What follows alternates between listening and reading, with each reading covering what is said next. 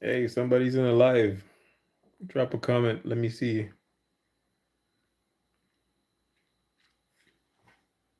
Hey, hi, Kat. I'm Canadian, so Thanksgiving was actually, I believe it was last month. But I hope you had a great Thanksgiving. Um, were you with family, friends?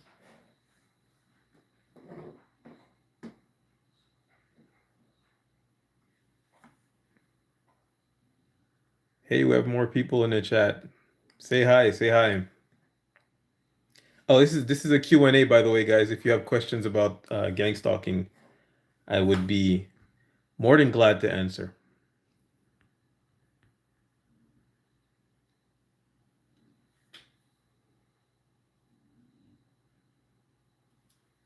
That's okay, Kat. I mean, personally, I really enjoy alone time, so that's one of the things that I personally feel that my gang stalkers might have not anticipated when they isolated me. But hey, I mean, did you do anything special for Thanksgiving? Though you were alone, do you celebrate it? I know for a lot of people, Thanksgiving is a bit more um religious. It's like more associated with Christianity than with the whole history of America. I don't know if that's the case for you. I know when I was younger, Thanksgiving was really more. It was more of a religious holiday for my family.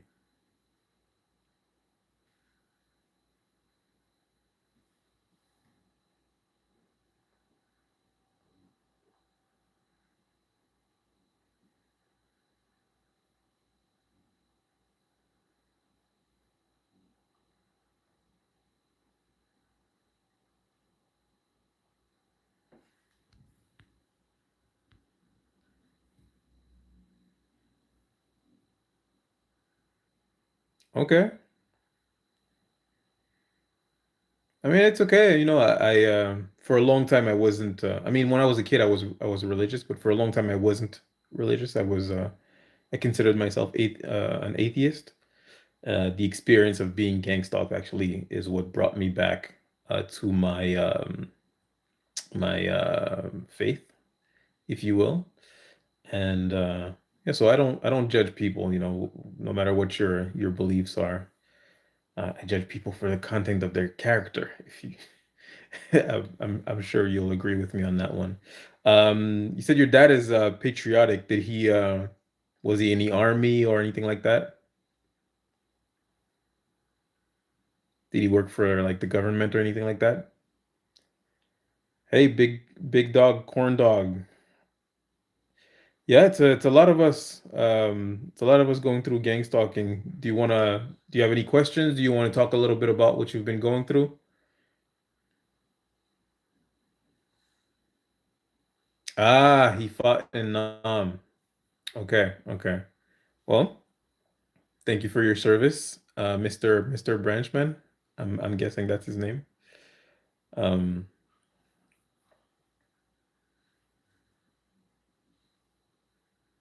I can understand why he would be patriotic.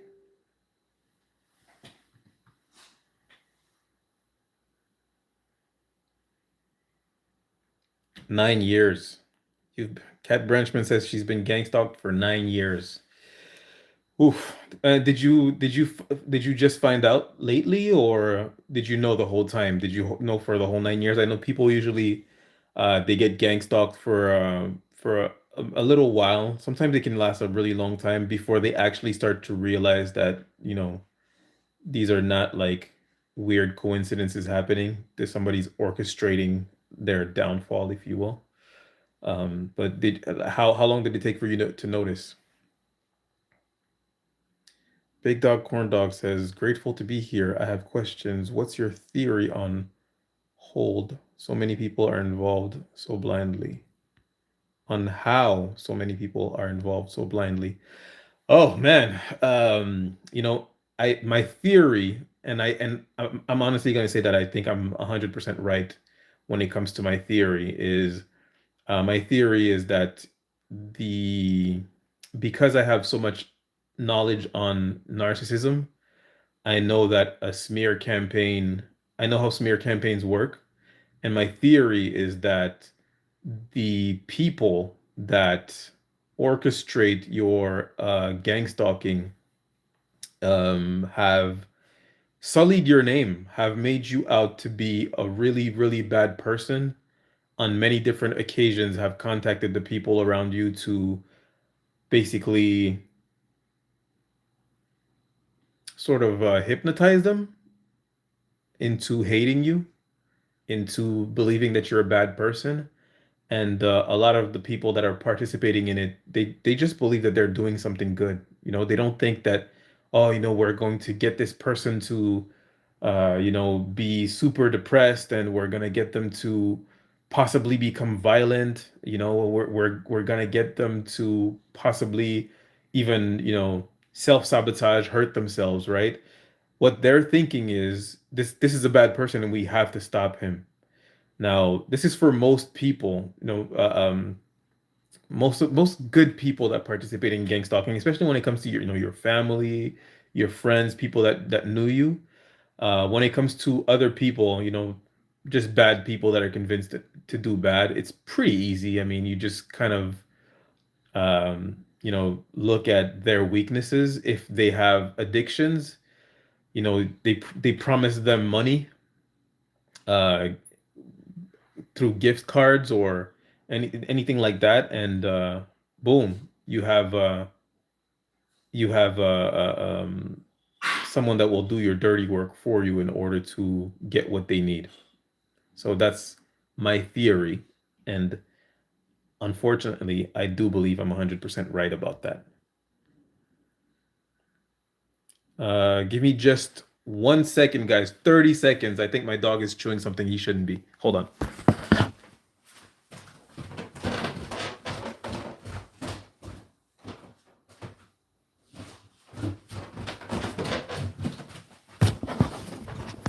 Sorry about that.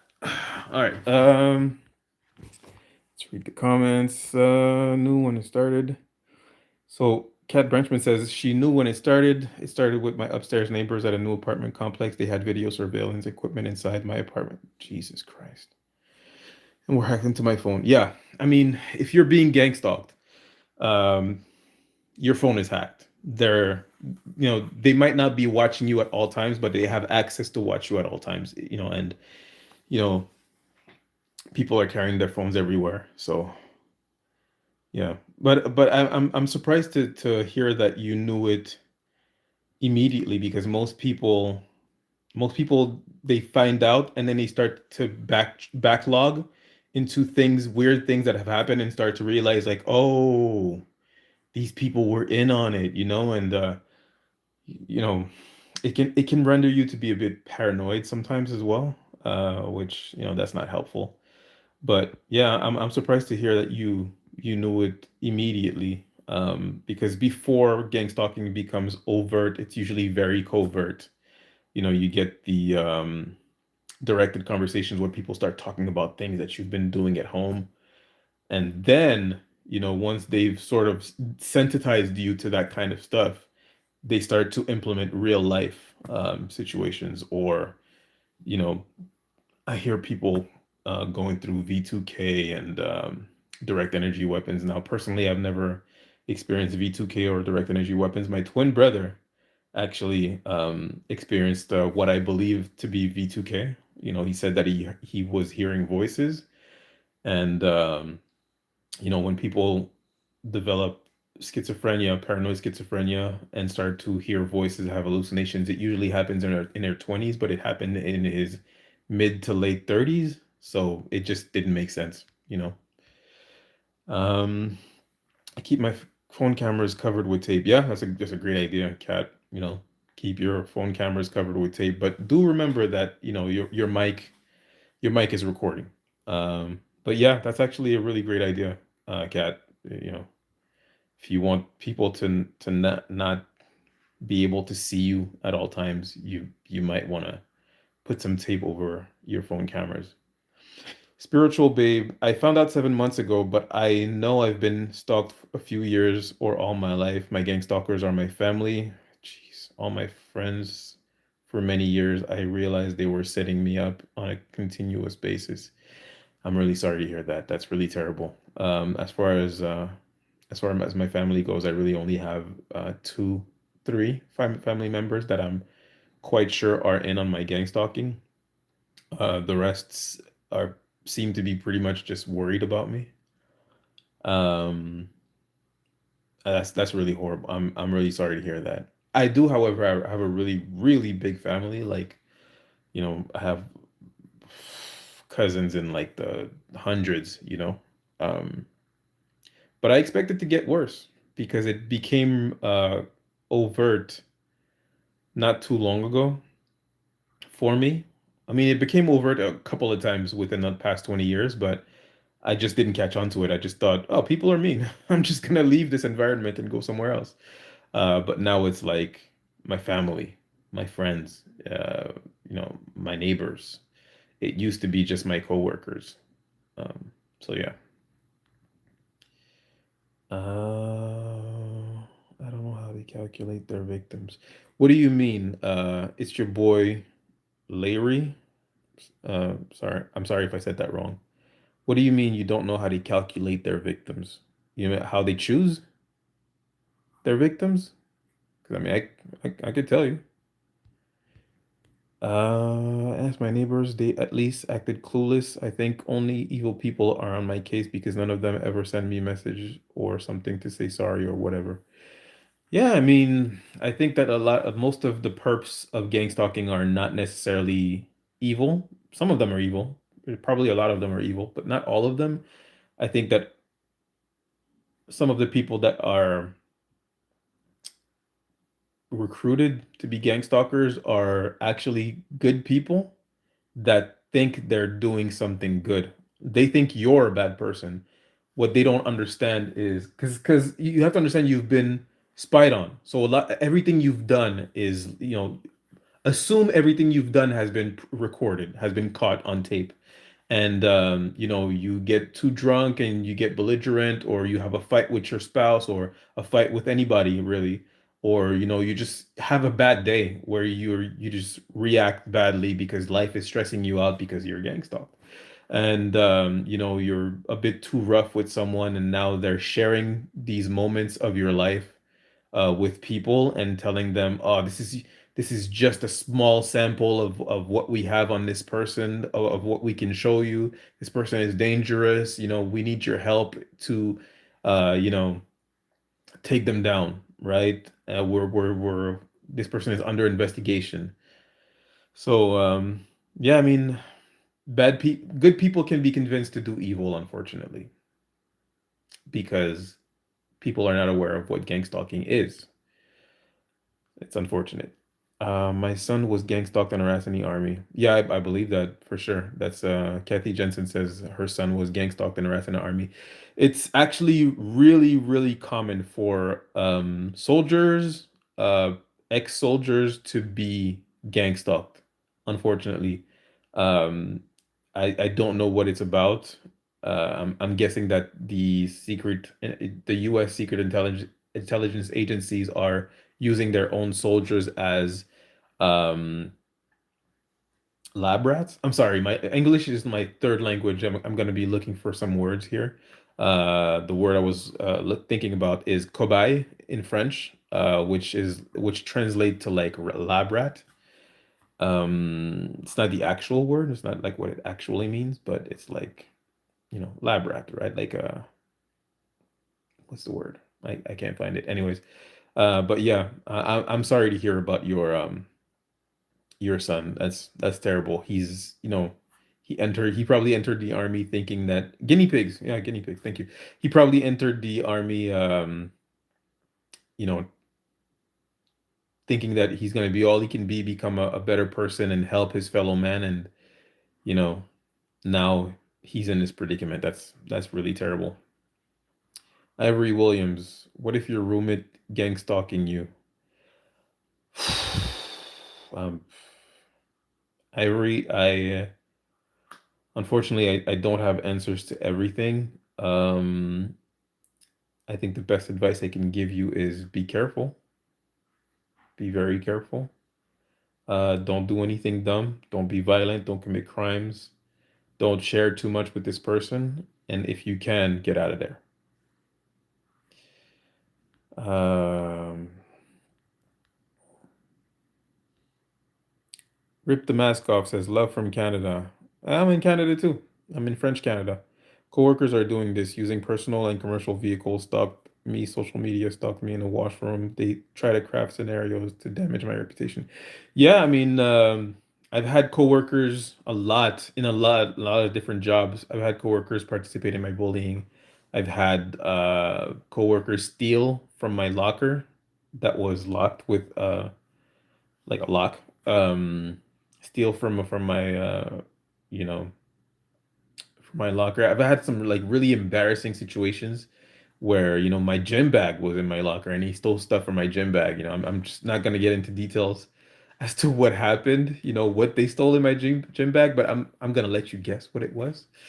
But yeah, I've had some really unbelievable situations happen with coworkers. I'm sorry to hear that you're going through that. Unfortunately, coworkers, especially when it comes to a new job, unfortunately, coworkers are usually the first line of overt gang stalking because these are people that you're going to have to interact all the time with. The first time that I was gang stalked by a coworker, it was actually a coworker that I had not dated, but that I was romantically involved in. Don't do that, guys. Don't shit where you eat. Don't eat where you shit. I was romantically involved with shortly, and you know, we kind of broke things off. I thought it was on a good note, but then it just turned crazy. And I had done nothing to this girl. I thought she was real nice. Be on your best behavior because you are being watched 24/7. Yep. I mean, you may not be watched 24/7, but the chances of you being watched are too high to like take a bet on not being watched. And even if they're not watching you, you know, they're recording you. They can just go back in the backlog of like, you know, the cloud of all the videos that, you know, they're getting of the all the evidence that they're getting on you, you know, and they know your routine. They know when you break your routine, you know, so they know when to watch as well. So even if they don't watch you all the time, assume you're being watched all the time because even if you're not watched, they can just go back and look at, you know, what did you do on that day. Um, can you make a video of strategies for targeted individuals?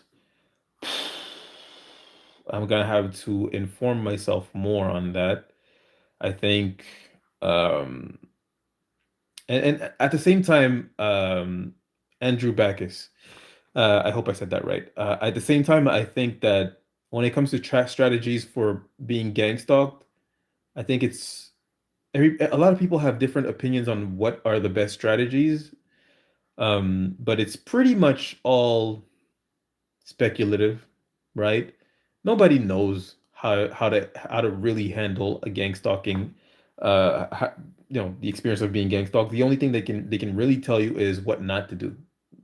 Now, strategies on what to do, you know, be positive, do positive things in your life. Make sure, you know, that you don't, you know, self-sabotage, eat healthy, exercise. I mean, just things that, you know, would be good if you weren't being gang stalked. But I think more important than strategies on surviving gang stalking is what not to do. Because the things that can get you in trouble are way more important to know than what to do. Definition of gang stalking is Zachtätzung. Yeah, pretty much. Zachtätzung is German for degradation. I believe the word is when the water hits the erosion, right? Death by a thousand cuts. Yeah. Zasatsung is gang stalking. Dennis Allen says he has some. You have some tips on how to survive gang stalking? Please do share. I'm gonna read your comments, my friend. Uh, Decomposition. Yes, decomposition. That's the word I was looking for. Civil repression. Yeah, absolutely. It is. Gang stalking is civil repression. It's very unfortunate, and it usually only happens to really good people. They don't go after criminal. I mean, think about it. You know, there are drug dealers, there are grapists, there are grapists, there are child rapists out there that are convicted. You know, that they have convictions and they've been freed. I don't think that these people deserve gang stalking. I don't think anyone deserves gang stalking, but it's not happening to them. It should tell you something about the people that are doing it, the people that are behind it. These are not people that are trying to help the world, trying to make the world a better place. These are people that are trying to create chaos so that they can rule over it, you know? Anyways, I've been in 15 deliberate hit and runs. I have paper trail. Golly. I'm I'm sorry to hear that, Kathy Jensen. That's that's horrible. Number one, stay prayed up. Yes. Number two, positive self-talk. Gary Nagy says, stay prayed up and positive self-talk. Yeah, I do think it is important to pray, to have a relationship with God, and to remain positive, to keep focused on the positive things, though negative things are happening. Yeah, gang stalking makes us look crazy. Absolutely. People that are not targeted, oh, sorry. People that are not targeted, they can look up civil suppression and civil repressions. That's actually really good advice. That's actually a really good tip. I'm going to screenshot that. There we go. Civil repression and civil suppression. Dennis Allen, you are a smart person. These are really these are really good key terms to explain gang stalking to people who are not experiencing it. I just made a video actually about Martin Luther King, where he that had tried to warn his surroundings that he was being gang stalked. I don't think he was using the word gang stalking, but he was trying to warn people around him, and people around him were worried about him and worried that he was overly stressed and that it was causing him to imagine enemies where there weren't. Obviously, we saw that he was not wrong. But yeah, these are great terms. Create a Zoom so we can talk. Dennis Allen, I would like that. You know, you can find me on if you want to talk, you can actually find me on Instagram. It's the same thing, the war against narcissism. I'll be honest with you. Look at these gray hairs. I'm old. I don't use Zoom. I don't know how to use it. Sorry. Yes, they had people around Martin Luther King. If you're not on Instagram, I have a Facebook page called The War Against Narcissism. If you're on Facebook, you can find me there. Not as many followers though. I just started it like last week. Why are some people poisoned? Because people are evil. Unfortunately, because people are evil. I hope um, you're not talking about yourself. Gray Rock. Yeah, I mean, Gray Rock is important. The Gray Rock method is basically respond, don't react. When people are basically being abusive towards you, do not give emotional reactions. I think that yes, it's important to Gray Rock when people are being abusive towards you. However, when it comes to narcissism, and gang stalking is really just narcissistic abuse in group or by proxy. But it's important to understand that Gray Rock is not going to mitigate the damages in any um, in any way that is significant, you gray rock until you can get away from it. You know, exactly. There you go. Rip the mask off. Gray rock is for short term. So in short term situations where you have to be around someone that is abusive, you gray rock as to make it obvious that this is a one-sided issue. This person has an issue with you, and so that you can sort of manage perceptions and not, I guess, argue with a fool. Because when you argue with a fool, to the outsiders, it just looks like two fools arguing. But if one person is being abusive towards you and you're just not reacting to it, then everybody's kind of looking at that person like, hey man, what's this person's problem? You know? Law enforcement and systems are in on it. Absolutely. You know, I had actually my smear campaign was is people are basically spreading rumors that I'm abusive towards my animals, and that they called the SPCA to come to my home to verify that my animals were in good health. Obviously, they found nothing. Their reports were that there is nothing to signal. But the people that came to my house were actually in on it. You know, they were doing directed conversation as well. And what was I saying here? Yeah, they were in on it, and they were very adamant about, if people are making false claims of animal abuse towards you, you can go to the cops, right? And they had like these smirks on their faces, like we really hope you go to the cops because we're trying to get these people involved in on it, right? And at the time, I didn't understand that I was being gang stalked when it happened. This happened like last year. I went through almost 19 years of being gang stalked without understanding what was going on. I just thought I was going crazy. I didn't understand. I went through a really hard time. I'm not even going to go into details about it, but I went through a really hard time. And then last year, it became overt again, but it wasn't at my workplace. It was like on my business, my family, my friends, and my home. So at this point, I couldn't deny it anymore. It was just like, okay, I'm not crazy. Someone is orchestrating some bullshit around me, and people are using directed conversation and talking about things that I say and do while I'm at home. This is no longer deniable. But yeah, police are in on it. They're definitely in on it. Been called mentally unstable. It is what it is.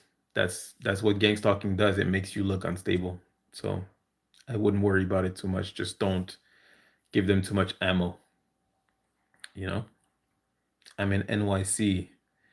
I'm in Quebec, guys. I'm in Quebec, Canada. That's where I live. I live in Quebec, French Canada.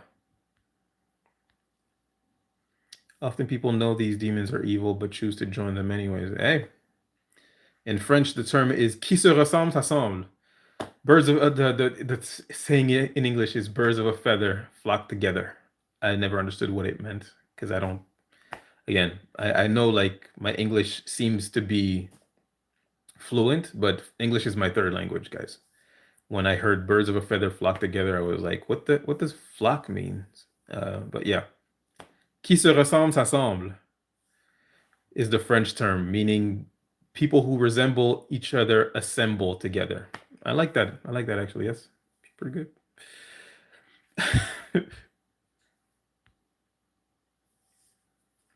Ontario. Hey, rip the mask off is from Ontario. Zozie B says I'm also in Montreal. Yeah, I'm on the outskirts of Montreal. I was born in Montreal. I was born where most Haitian people are born, Montreal North. It's a little joke for you, Zozie. Misery loves company. It sure does. It sure does. Do you have any tips for dealing with this towards the Terra? Yeah, guys, if you have tips on how to deal with gang stalking, The doctor at the hospital heard me speaking very loudly at the security staff for 2 hours. That doctor could tell that I'm perfectly sane from hearing me argue with security loudly for 2 hours. Tower the Terra. You know, I went to a mental hospital 10 years ago. Because not because I thought I was going crazy, but because the things that were happening to me were crazy and no one believed me. So I figured, you know what? I need help. I don't know who's gonna help me. I had called the cops back then. They didn't help me. I did everything I could. I tried to talk to people around me. Everybody thought that I was crazy, and everybody told me go to a mental hospital. So I did. I went to a mental hospital, and the people at the mental hospital were doing directed conversation with me. Not everybody, but some of the people that were there were doing directed conversation with me, and I thought I was losing it. I can't believe it. I can't believe this is happening here too. But then I found out that MK Ultra actually happened in Montreal, where I went, to the mental hospital. Now, I didn't go to the same mental hospital where MK Ultra happened, but it was in the same city, right? So, when I found that out, it kind of like gave me an idea of, you know, because my thought process was it's impossible that mental health professionals are going to participate in gang stalk. Well, at the time I didn't know it was gang stalking, but like in my psychological torture, that's impossible. This is a mental hospital. How could they participate in in psychological torture, at a psychiatric facility? And then I found out about MK Ultra, and I was like, oh, that's exactly where it would happen. Actually, this is the place where you're most likely to have it happen to you. So, oh, CTY Men's MA said something really important. Is that country men's? I'm sorry, but he said make sure to live your best life, do something that you like and that you cannot destroy, and that they cannot destroy. Become your own boss. Man, that's really important. I think that what kept me alive was once I decided that I'm gonna stop working jobs, I'm gonna create my own business. I became a dog trainer, and I went to about 60 different vet offices and groomers to pass out flyers to give like first class is free. Come see me. And I did that not because I was dedicated to I'm gonna be a dog trainer and this is my dream. Although it had been my dream to become a dog trainer for many years prior. Um, I did that because all I could think was, well, it's either that or I'm gonna check out of life. So I might as well go out. Like the embarrassment of being told no 55 times didn't matter to me. And at the end of the day, there were five businesses that were like, yeah, we'll refer you. And my first month I made like $800. My second month I made like $700, and then my third month I made like 3,000. And then I was a dog trainer for about 6 years. And there was no hiccups. Everything went great for about, I say 6 years, but it was more like 5, 4.5. Uh, Maybe a bit more. But I had no issues, and then I broke up with my ex-girlfriend because she was a narcissist. And which is why the page is called The War Against Narcissism, by the way, guys. This page was about narcissism. It was never about gang stalking. When I started the page 5 years ago, I didn't know I was being gang stalked. I thought my ex-girlfriend was trying to ruin my life and turning people against me. So when I broke up with her, my landlord started abusing me as well, harassing me, doing horrible things to me. And this is a person that I had spent Christmases with. This is a person that I was really close with. I saw her every day. I helped her business. She helped me by renting me out a room. And out of the blues, she was super mad at me, just really angry with me, and let me know that, you're out, you're leaving, you're gone. And I didn't understand it at the time. I thought, because my landlord was the wife of my ex-girlfriend's father, so she was like my mother-in-law, I guess, to an extent. I don't know. I don't know how to call it, but um, after I had broken up with my ex, I asked her like, "Hey, should I look for a different place? I know that you're married to her dad. What is it gonna be like?" And she basically let me know like, "Hey, Kev, like we're like family. I see you every day. I barely see her like 3 times a year. You're I'm much closer to you than I am to her. You're welcome here. You have your place here." And I thought, great, perfect. I don't have to worry about anything. And then as as time went by, weeks went by, she just began abusing me. And then after maybe 2 months of abuse, she was just like, "You're out. You're gone." You know. So that's how it happened for me. I didn't lose my business. I lost my place of business. I could have continued, but I decided to start a second business, and they're coming for it too. So to say that I don't agree with you would be wrong. I think starting your own business is the best thing you can do as a gang stalking victim. Because it's really hard to take that away from you, especially if you don't have coworkers. I do think, however, that one thing I often say is that if the government wants you, they're gonna get you. You know, I'm being accused of animal abuse here, and dealing with these allegations. I'm dealing with people turning their backs on me, my friends, my family, old clients as well, uh, out of the blues. I have recordings of my friends talking about recruiting other people, talking about smearing my names to my veterinarians, and they just completely deny it. And these are people; these aren't like, we're acquaintances. These are my friends. Again, I spent Christmases with these people. They were really close to me. They've been there for me. I've been there for them as well. And now they're just trying to destroy my life. So start your own business, but they can they will try to take it away from you as well, is what I'm saying. We need to join together and all go to a meeting somewhere. Yeah, actually, if you look at Targeted Justice, I believe every year they go to Washington for a protest. Um, Unfortunately, the news never covers it. I only heard about it this year. It happened in September, and not much came of it. However, they did come out with the documentary. If you look at Cognitive Liberty on YouTube, Cognitive Liberty, the documentary is called Mind Control. Great documentary. Most of the people that were being interviewed, I believe, were actually in Washington, and it's a really, really great documentary. You should start a local TJ chapter in MTL. I hate organizations because organizations are comprised of people and people are corruptible. I don't want to be in charge of nothing, but I understand what you're saying, Krista. I'll think about it. I'll think about it.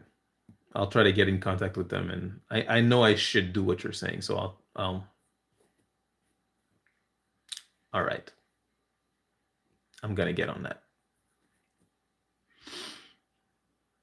Uh, Harry Daryl Whitehead. Anna is working hard. I went to DC. Anna Toledo, love her. Love Anna Toledo. She's great. She's great. Never talked to her, but she's great. Read Ephesians 6:12. Thanks for all you do. Thank you. Thank you. I do want you to know that, I though I am sacrificing my perceived mental health, this helps me as well. Being able to get things off my chest, to share with you guys, to hear your stories, to exchange with people. This helps me a lot because one thing that gang stalking does is that it um, isolates you. It makes you feel like you're the only person in the world going through this, right? And if you are the only person in the world going through this, then you must be terrible, right? And being a person that is prone to narcissistic abuse, I was also prone to doubting myself. So I constantly thought, I must be a terrible person. I must have done something horrible. I must be bad, though I'm not seeing it. I must be bad if these people are all ganging up on me to destroy my life. Then I must be bad, right? And of course, once you start to realize that good people don't try to destroy people's lives, good people don't try to destroy people in the first place, right? I would never do that. You couldn't convince me to do anything like that ever, you know? And it's not like I haven't had situations where I people have tried to convince me to go against someone and hurt someone that had hurt me even in the past. And it's just like that's not my job. That's not what I do. I'm not into that kind of it's just not something I'm with, you know, destroying people's lives. I mean, even if that person was doing something bad, people change, and let the law handle it. You know, like I'm judge, jury, and executioner here. Like this is crazy. You know. So yeah, it really does appear they are under a spell. Yeah, I mean, unfortunately, I agree. I have a hard time with coming to terms with the fact that good people are participating in that. I feel like in order to participate in something like that, it has to be in you already. You know, you have to have some evil for people to pull it out of you.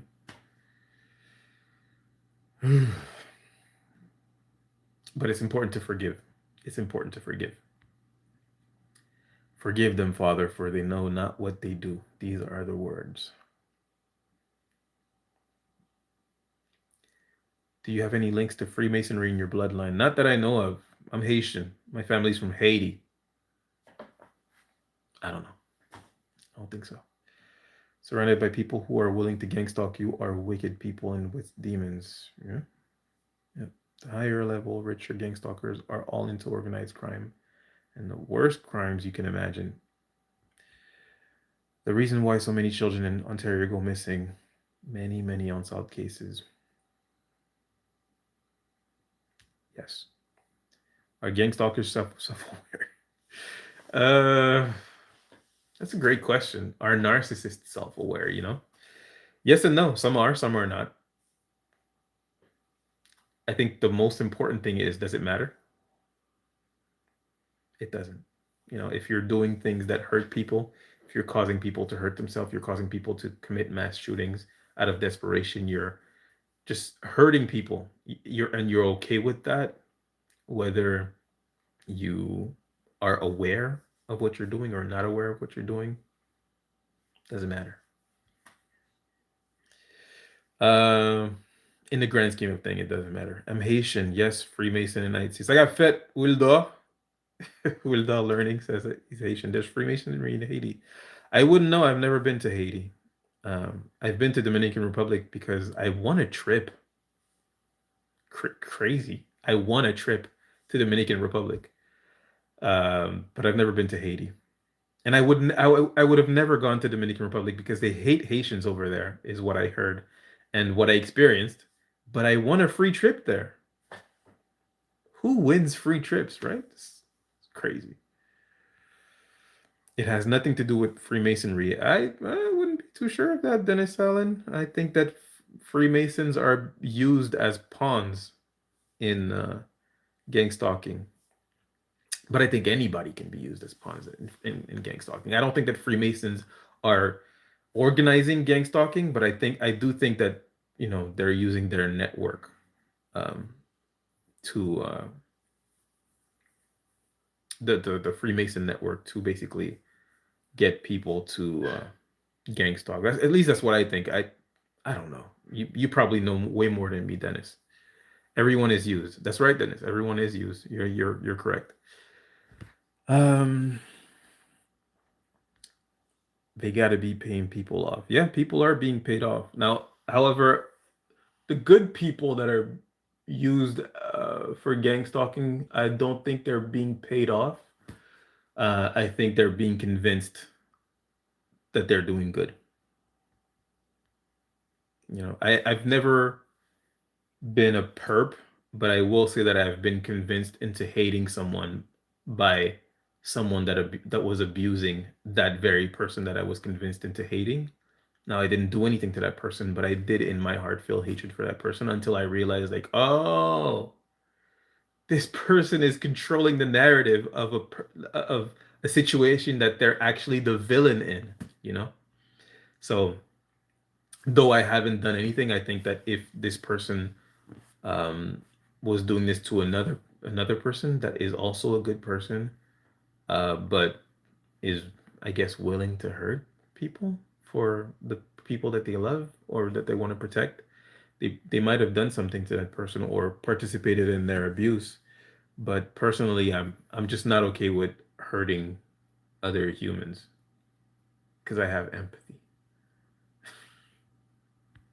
Strange thing. They are all getting paid, from traffickers to even people that pretend to be your friends. I watch them get their paydays. Do you? I'd like to see that. I was told by those involved. Yeah, I've also seen a lot of people say that they're being paid to participate. I just don't think that the people that are participating in my gang stalking are being paid, or at least like when it comes to my friends. I don't think that they were paid. I think that they were sold a story. But does it matter?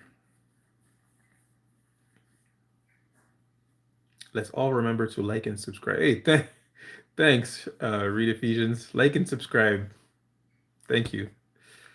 Um, I don't want to get them killed. Uh, Fair enough. Fair enough. I will admit the first few days it started happening, it scared the hell out of me. Then I realized all of them are cowards. Yeah, yeah. You know, it's a surreal experience to realize that people are watching you. Like, even in this moment right now, I know that I'm being, I mean, not watched by you, obviously, you know, you guys, but I know I'm being watched. I know I'm being spied on. It's a trip, you know, like it makes you feel very vulnerable. Like, what have they seen? They know so much. You know, I live on my phone. I live on my computer, you know. Um, but yeah, after a while, you just start to realize like all of these people are in on it and no one has confronted me. You're cowards. And, you know, nowadays I walk outside head high, I stare people in their eyes, you know. If someone is making me feel uneasy, I completely stare at them, you know? Like I'm not backing down from nobody. I don't care who you are. I don't care how big or small you are, how young or old you are. You're a man, you're a woman. If you make me feel uneasy, I'm staring at you. You know, we let's play this game. Let's play this game. I'm not I'm not going to be convinced into believing that I'm a bad person because people are ganging up on me. You know, only cowards gang up on someone. The truth is you're way more scared of me than I am scared of you because I'm not scared of you at all. At all. My family got a new built home, new car business, kind of like celebrities that sell their family. Wildor, ça qu'a fait. So you think your family sold you out? I mean, I know two of my family members, three of my family members actually did sell me out. Um, I'm not gonna say their names, but I'm fully aware that they sold me out. I don't know if they were compensated, but I actually know why. You know, I participated in some gossip about one of my family members that was adopted by his grandparents, and he's mad. He's big mad, and he's he's participated in it. I gossiped about the person that actually let it be known that he was adopted by my grandparents. Well, he's the son of he's their grandson. They just adopted him and told him that he was their son all his life. He thought that he was the youngest of like 10 or 11. But it turns out that he's not my uncle, he's my cousin. And one of my cousins actually is the one that told him, and I gossiped about him telling my other cousin, my uncle, that he's actually my cousin. And then there's a third cousin who was naked on a music video on YouTube, and I gossiped about that person as well. And she's mad as well. But they're all pretending like nothing's happening, you know? So but I know what's up. You know, I can recognize directed conversation when it's happening to me. I recognize when someone is, playing with me, you know. But I don't have fear in my heart for these people. I don't have hatred in my heart for these people. I feel bad for what I did. I shouldn't have gossiped. Gossiping is wrong. It makes me feel dirty, and I know I was wrong to do that. I shouldn't have done it. I don't think I've done anything to deserve what they're doing to me. I also don't believe that they fully realize what it is that they're doing to me. Or maybe they do and they don't care, you know? Perhaps I don't know them the way I thought I knew them. Um, but yeah, when it comes to my two male cousins, I feel really bad. When it comes to my girl cousin, I feel horrible about the things I've said about her, because though she made a bad decision, it's not my place to judge the things that she's done. And it happened at a moment where she was really down. Her mother, my godmother, her mom had passed away. And that's when, not when it happened, but I guess when she found out. And I feel really bad about that. I have apologized to all these people. I want you to know I've apologized to all these people, but they have not accepted my apologies. They all brushed it off. Like, what are you talking about? I don't know what you're talking about. But they're still doing directed conversation, contacting my other cousins, talking about, I think something was wrong with Kevin. It's like his mental health is not too good. But hey, what can you do? I apologize. I take accountability for the BS that I participated in, and I've learned my lesson. I don't do that anymore. It is what it is. Envy and jealousy in the family structure. I don't think that they're envious or jealous of me. I think that they're mad at me. And they have all the right in the world to be. But when I was a young kid, my cousin sold me a computer for like $200. I was like 15, I'm 38 now, but I was like 15 when he sold it to me for like $200. And it was a worthless computer, and he knew that. He knew it was a worthless computer, but he still took advantage of me because he was moving out of our grandparents' house after finding out that he was adopted. But he knew what he was doing, when he sold me that crap. And I forgave him for doing that. He never had to apologize. We're family. But somehow what I've done is just not forgivable to him. It's his cross to bear at this point. I've already apologized. And if he wanted me to apologize again, I would apologize again, because I am sorry for gossiping about him. He didn't deserve that. Um, I just think, hey man, you're not perfect either. Is this all worth, participating in my gang stalking? What's wrong with you? Wildor says jealousy. Ah, mbagone, non? Pense que c'est jalousie yo gen? Jalousie ki nan kè yo? I don't know. I don't know. My last YouTube post shows a cut up heating duct above my apartment. Landlord's paralegal said, "How is that illegal? How do you know that? It took me 3 minutes to find the building code reference." Good on you. Good on you. How do they do directed conversations?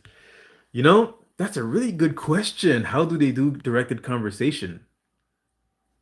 Uh, you're being spied on, right? And anything that is noteworthy is worthy of being brought up in directed conversation. So what they'll usually do is, I'll give you an example.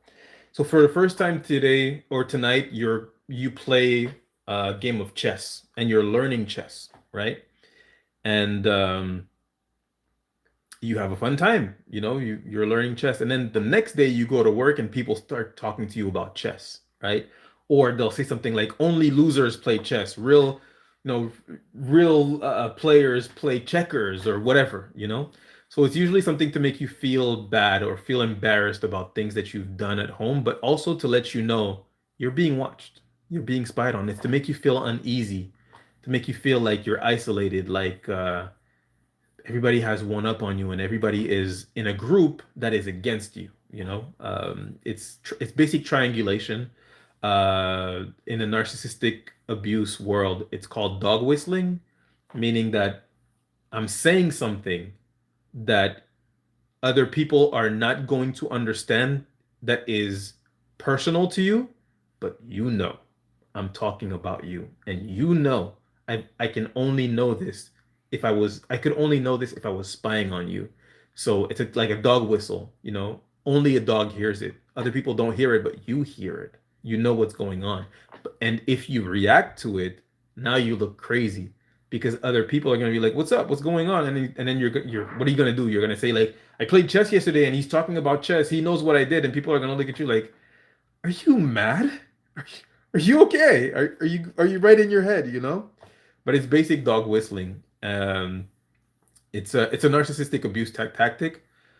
I'm really grateful to have dated a narcissist for 13 years and have educated myself on the subject of narcissistic personality disorder so much, because it was such a mystery to me before I had learned about it, and now that I know everything there is to know about narcissistic abuse and narcissistic personality disorder, gang stalking is just like, oh, it's many people getting to get together and like organizing to do narcissistic abuse. That's all it is. Yeah, they provoke, but stay above that and don't act. That's what they want. Yes, respond, don't react. Gray rock, and then get away from these people. This is a spiritual war first. Warfare for sure. Yeah, it is a spiritual warfare. Absolutely. Um, Imagine being stalked by your community and in a narcissistic relationship. Most people would die instantly. I came pretty close. I'm not gonna lie to you. You know, I had a moment in a Walmart parking lot where I was just like, this suffering has to end. You know, uh, I'm glad I'm still here. That would have been a mistake. That would have been a real bad mistake, because at the time I didn't even know what gang stalking was. I didn't understand what my situation was. Why do I keep losing my jobs? Why do I keep getting bullied to the point where I leave my jobs? I'm being super nice to everybody. Why does everybody hate me? How do these people online keep referencing things about my private life, embarrassing things about my private life? What's going on, you know? Um, but I decided to start my own business, and then things went pretty great after a while, you know. The way that I actually found out about gang stalking is when it became overt, and these ladies from the SPCA came to my home and started doing directed conversation with me, because before that it was usually coworkers doing directed conversation or just people online on like a pitbull forum that I was on when I used to have pit bulls. Um, so I didn't really pay it any mind because I was just like, this is the internet. Or then I was like, coworkers, whatever, you know, I get to go home or I can just leave, switch jobs. I'm very capable of finding another job. They insult you and laugh in your face. They do. But once it happened with the SPCA ladies that came to my house, and then my friends were switching up on me a few days before, making references to that, and then the SPCA came to my house, and I told my friend that I didn't tell her that the map pack. I didn't tell her that the SPCA came to my house. I said that the map pack came to my house. Map pack is like it's a different than the SPCA, but they kind of work together. And when I told her that my pack came to my house, she said, "Do you mean the SPCA?" And then I was like, "How how would she know that?" And I kind of didn't really think about it. And then, a couple months later, another one of my friends sent me an audio of that exact same person who had guessed the SPCA when I actually said my pack, where she was talking about recruiting other people into basically destroying my name, where she was talking about um, someone else going to my vet to dirty my name. And that's when I was like, that's why she knew. She knew it was the SPCA, though I said in my pack, she said SPCA because she sent them there. But when the SPCA ladies were doing directed conversation with me, that's when I realized like this something is going on. And then the next day I opened up Instagram and I saw um her Instagram handle used to be stalked by the feds. Lisa Legg. Her Instagram now is sued by cheaters, and she's not being sued by cheaters. She's being gang stalked. But she knows that I had a brief talk with her to explain to her that she's not just being sued. Like this is like a very small thing in a gang stalking operation. And when I saw her stories, what she was going through, I was just like, this happens to other people? And then I started doing research on the term gang stalked, and I was just like, no way, there is an entire community of people going through this. It it was both a positive and a negative in the sense that um, for the first time, I I realized I'm not alone. This is it's not just me, right? Because mind you, I was going through this for 19 years before I understood or knew about gang stalking. And it was on and off during these 19 years, but it was mostly on. I think it all in all, it stopped for maybe 5, 6 years within those 20, but it was mostly on.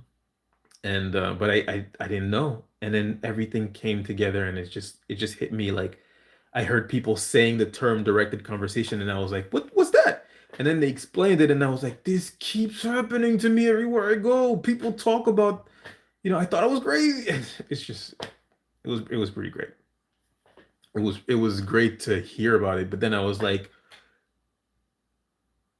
this is the planet I live on? People do this?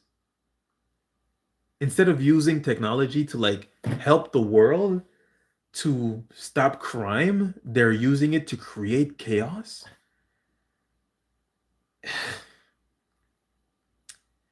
It was it was both a happy and tragic moment. Yes, I know what Sung is. I know where it happened. I know what happened. Satan system. Yo, tell the devil. I don't know you. Bagonel, solve my vie, man. Get out of my life.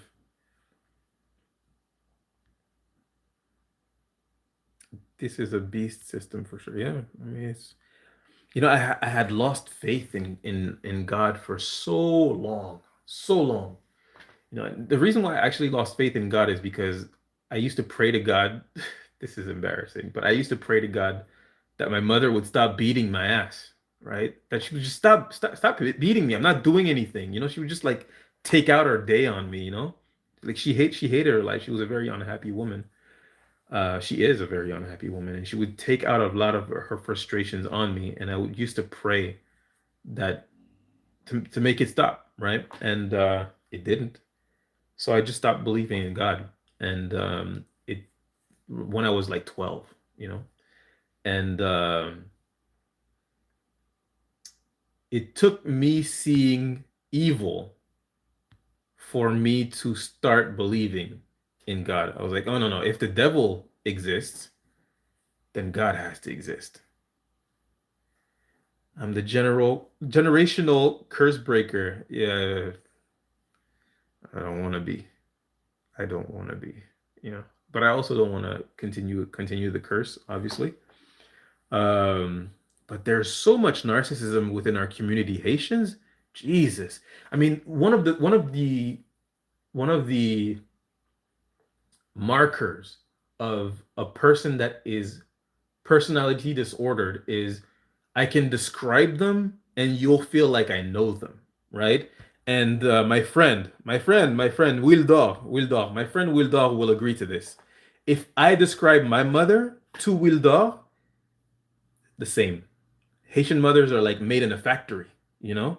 I could describe the sayings that she said, the things that she did, and he'll just be like, "Yeah, same." There you go. My mother is the witch. It's just like there's so much narcissism in the community of Haitians, and I believe it's because uh, Haitians are issue of slave colony, right? You know, they were slaves for so long, and they did not they were not given their freedom. They took their freedom. Jamaican mothers, same abuse. Yeah, no doubt. They took their freedom, and basically slaves raised slaves that raised, slaves raised their children the way that their slave master raised them, right?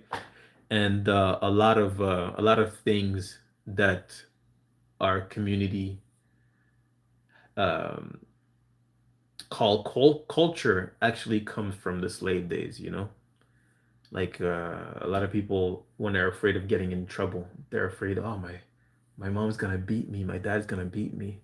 Haitian people were afraid of Mama buy more 25 coups de ceinture. It's always like 25 lashes, right? With a belt, and it's like, where could that possibly come from? You know, it's like slave days. It's all it is, and slavery is the physical manifestation of narcissism. I mean, it doesn't get any more precise when it comes to narcissism than slavery. It's thinking you can own someone. That's that's narcissism in the physical, right? So there's a lot of narcissism in our culture, unfortunately. But I am the generational curse breaker. It's a gift and a curse. What can I say? Don't let no one provoke you to be something you're not. Amen. Why me 90 said something that's really important. Don't let no one provoke you into being something you're not. If you let them if you let them make you like them, they win.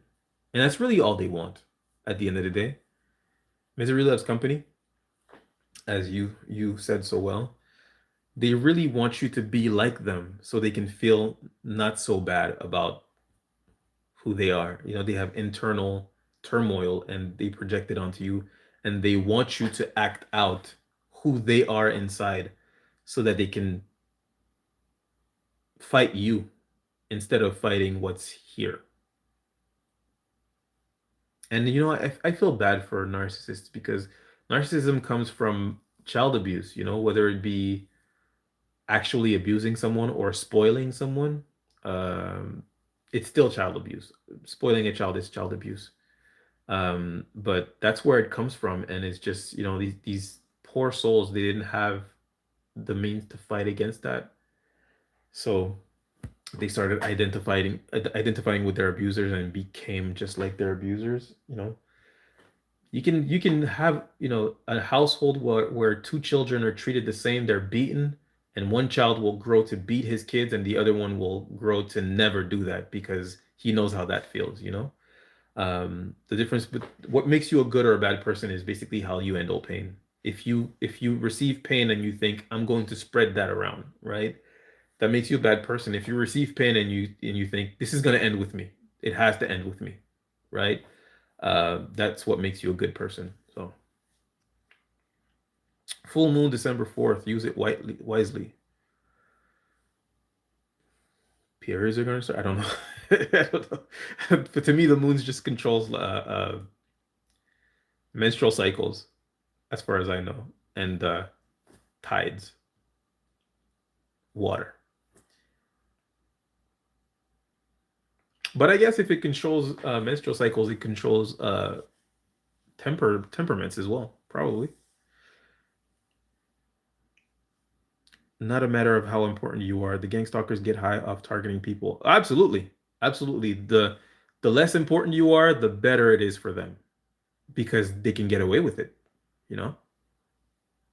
A lot of people actually tell me, why would they target you? Why would they spend so much energy on you? Like, what makes you so special, you know? And it's like, I'm no one. I'm not special by any means. I am regular, right? I've done nothing special. I haven't been targeted because I'm a whistleblower, because I invented a water-powered car or something. I'm no one. I just shared opinions on a Pitbull forum that pissed off some dude, and this psycho decided I'm gonna destroy his life. Like, you have to understand that there are some people that really get off on torturing others. Like that's their thing. It's called sociopathy, right?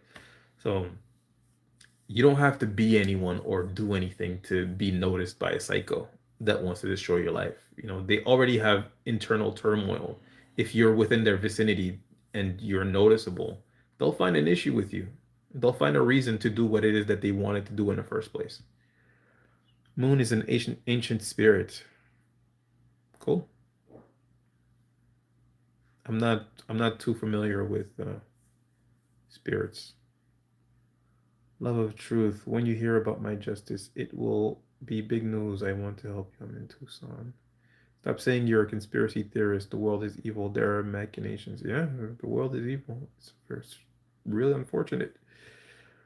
I'm not special either, but it seems like they're spending millions of dollars to track and follow. You know how much jet fuel. Sear 3240. You're a comedian. No touch torture. Yeah, absolutely. I hope you were trying to be funny because that was really funny. You know how much jet fuel costs? That was funny to me. I'm sorry. I hope you were trying to be funny. But yeah, it's the amount of energy, resources, and time spent into torturing random people. It just seems ridiculous. It's excessive. I'm nobody. I own nothing except debt. Gangstalkers and flying monkeys are all the same, and the two are narcissists. Yeah, yeah. Well, yeah. It's not about money. They have it unlimited when people figure this out. Yeah, that's true. They do have it unlimited because the currency is not on gold. Currency is owned by the Federal Reserve. The Federal Reserve is basically the government. The government is who is behind this. It's also pretty sad. Have you not got better hobbies to do? Right? You could play tennis. You could play chess. You could take your dog for a walk. You could date, have kids, raise your kids. There's so much stuff you could do that's productive than create chaos that's going to lead to a civil war. I'm not gonna get too deep into my theories of what I think. I see you, Seer.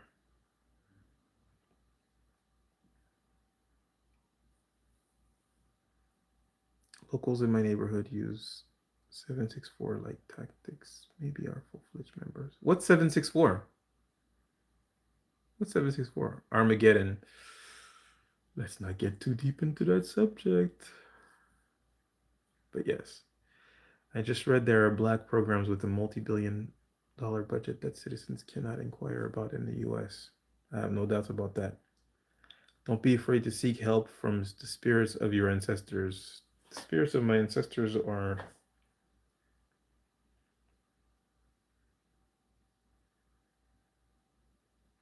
I'm sorry. Can you elaborate? The homeless guy outside the store to me. Hey, you got bud to sell? Like, y'all are not gonna set me up. That is a setup.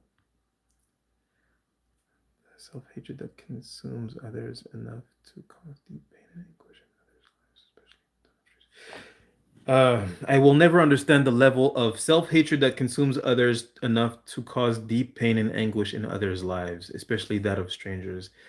Before I started this page 5 years ago, the war against narcissism, I also didn't understand it, but now I understand it too well. I suggest you look through my videos on narcissism to understand um, what it is that motivates people to hurt others. They're vampires. They can't feel good unless they make other people feel bad.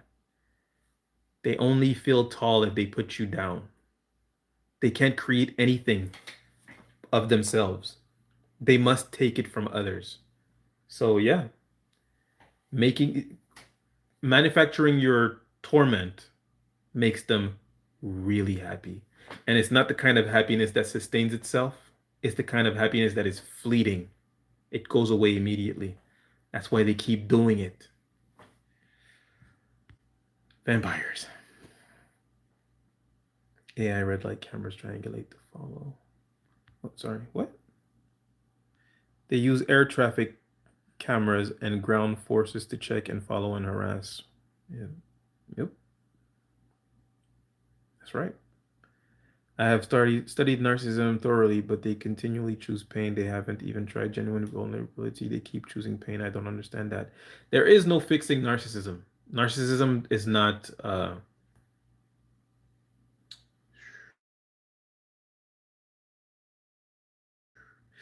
this is the best explanation I can give you, you know.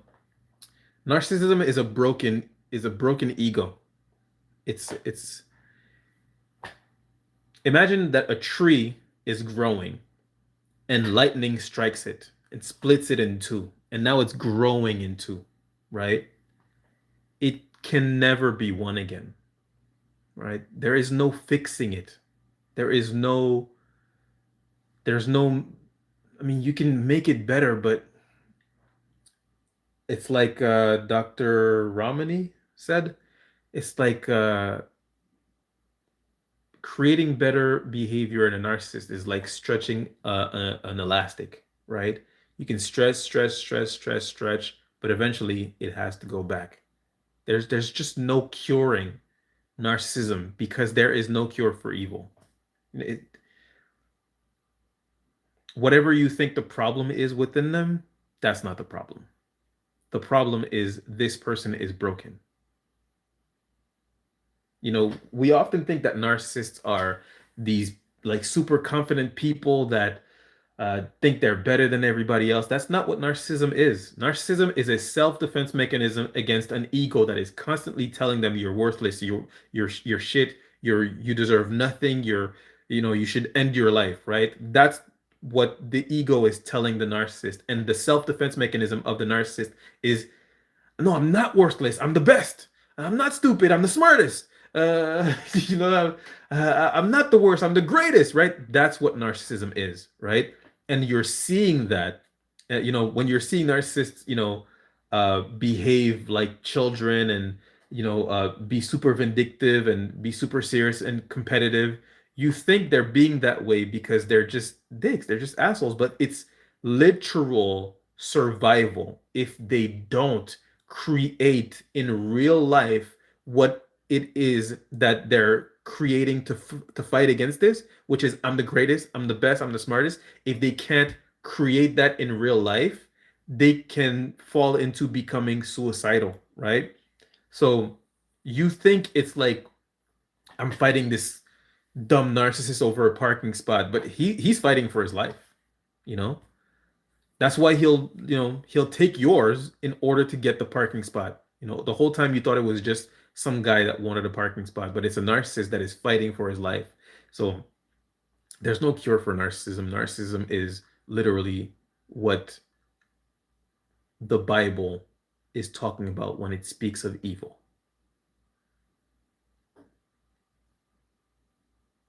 You can't fix or compete with their narratives in their heads. That's right. There's no fixing it. There's no fixing narcissism. They, in plain words, or in just words that like make more sense to me, is they have demons.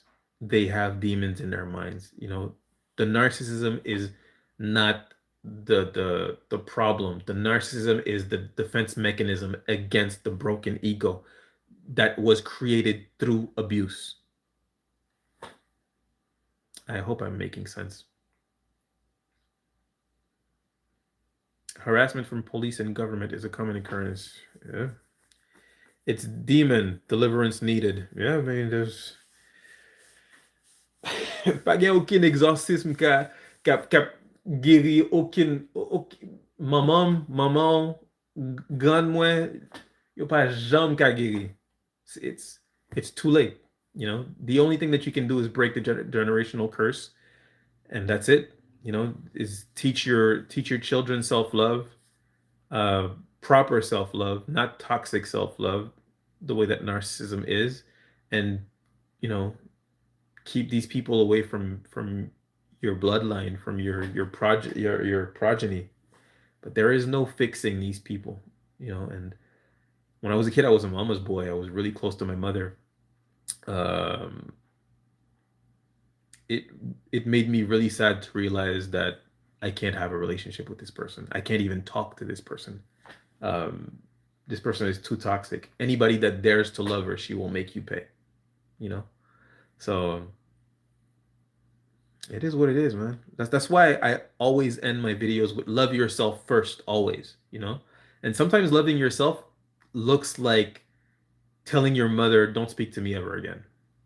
Not because I hate you, because I don't hate you. I love you. But I can't do this.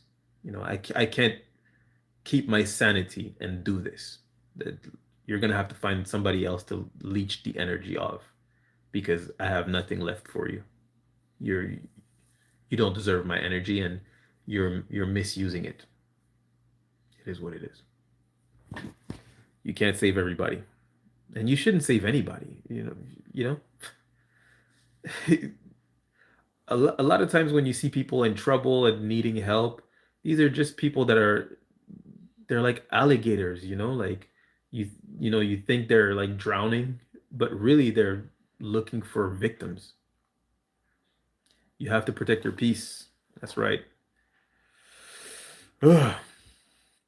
I was bullied by a vicious narcissistic supervisor for over 10 years. I'm in recovery. Yes, that's narcissistic abuse will traumatize you. It's really downplayed how terrible it can be and the effects of it.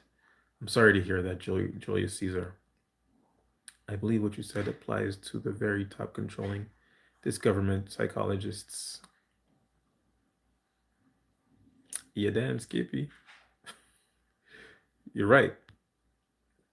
These are local employees and 95 people who are convinced that they are GTA style gangsters.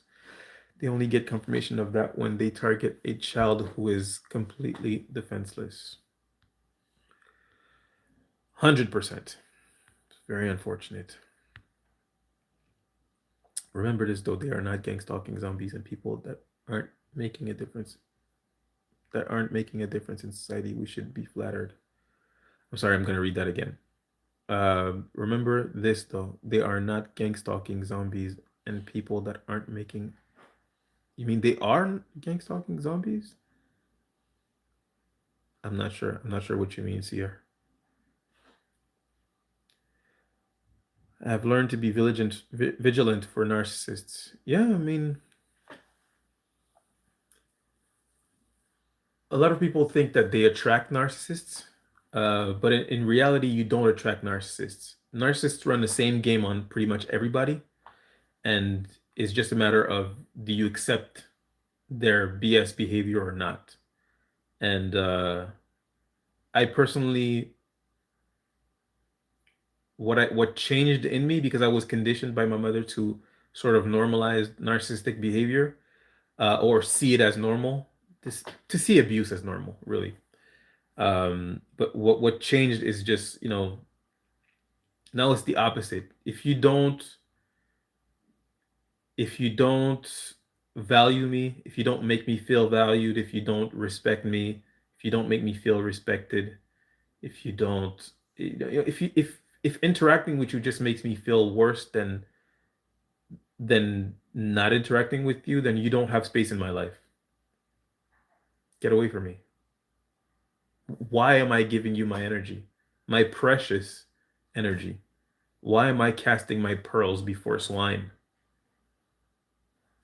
That's what real self-love is. It's not, um, what a lot of these toxic self-help people will tell you. It's not accepting to be treated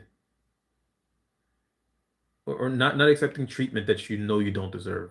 You know, if somebody does something to you, you know, instead of going, "Why would you do that?" Just you just go, "I don't deserve that. Bye.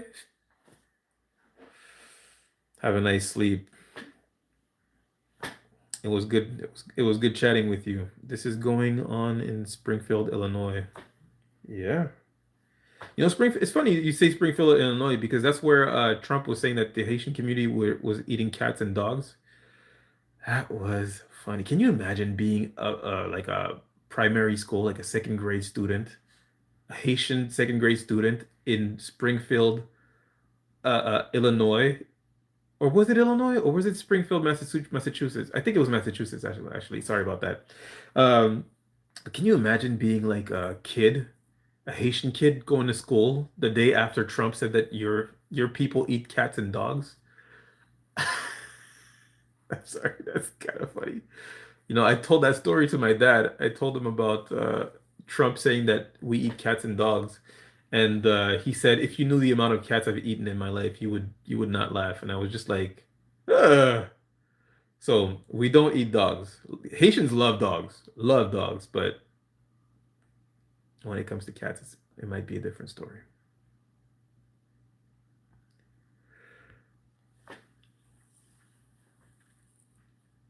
They don't stalk zombies. They only stalk. Oh, stalk. I'm sorry. I think you might be using voice to speech. They don't stalk zombies. They only stalk good people that want to help society. I agree with that, you know, because with this kind of technology, I mean, they can spy on people. They can spy on anyone. Uh, you know, they could stop crime. I mean, they could literally stop crime, and what they're doing is not stopping crime, it's creating more of it because, you know, there are no arrests. 20 years of torture, 20 years. Anything I could have possibly done to deserve 20 years of torture should get me imprisoned. Come get me. What do you like, give me a trial. What is my crime, you know? Like let's fight it in court, but 20 years of torture and I haven't done anything to deserve that? Like, come on now. Come on. And I think that eventually what's going to happen is that people are going to start to wake up and realize like, hey, you know, when these people contacted us and told us that this person was dangerous and there's a investigation behind them, like I thought that there would be some kind of arrest. There's no arrest. What's going on with that, you know? I think eventually people will kind of wake up and be like, maybe that Fed lied to us. Wishful thinking, probably not. Do you guys have any questions or anything? Because you're not evil, you're not meant to do it. That's right. You couldn't convince me to do evil. No matter what someone had already done to me, no matter what uh, you would offer me. I'm trying to get to heaven. You couldn't convince me. Even when I was an atheist, I still lived like a Christian. I still had Christian values because once they're put into you as a child, once you're indoctrinated with Christian values as a child, sorry, um, it's hard to like not live that way, you know? And as a Haitian, you know, you don't go to church, you know, for 30 minutes an hour every Sunday. That church is forever. You know, like you live in church. So I always had Christian values. Even when I didn't believe in God, I lived as if God is real. You know, I always think to myself, how am I going to explain this to God? No thanks. I'm not going to hell with you. I want to live in a stand your ground state so I can tell them to fuck off and me. I guarantee they won't want to step on my property. Canadians have no right to defend themselves. I used to be anti-gun. That's embarrassing to say. I used to be anti-gun forever. I'm 38. I was anti-gun for all my life. I want to move to Arizona. I want to be able to buy a gun at a gun show. I want so many guns. I want guns.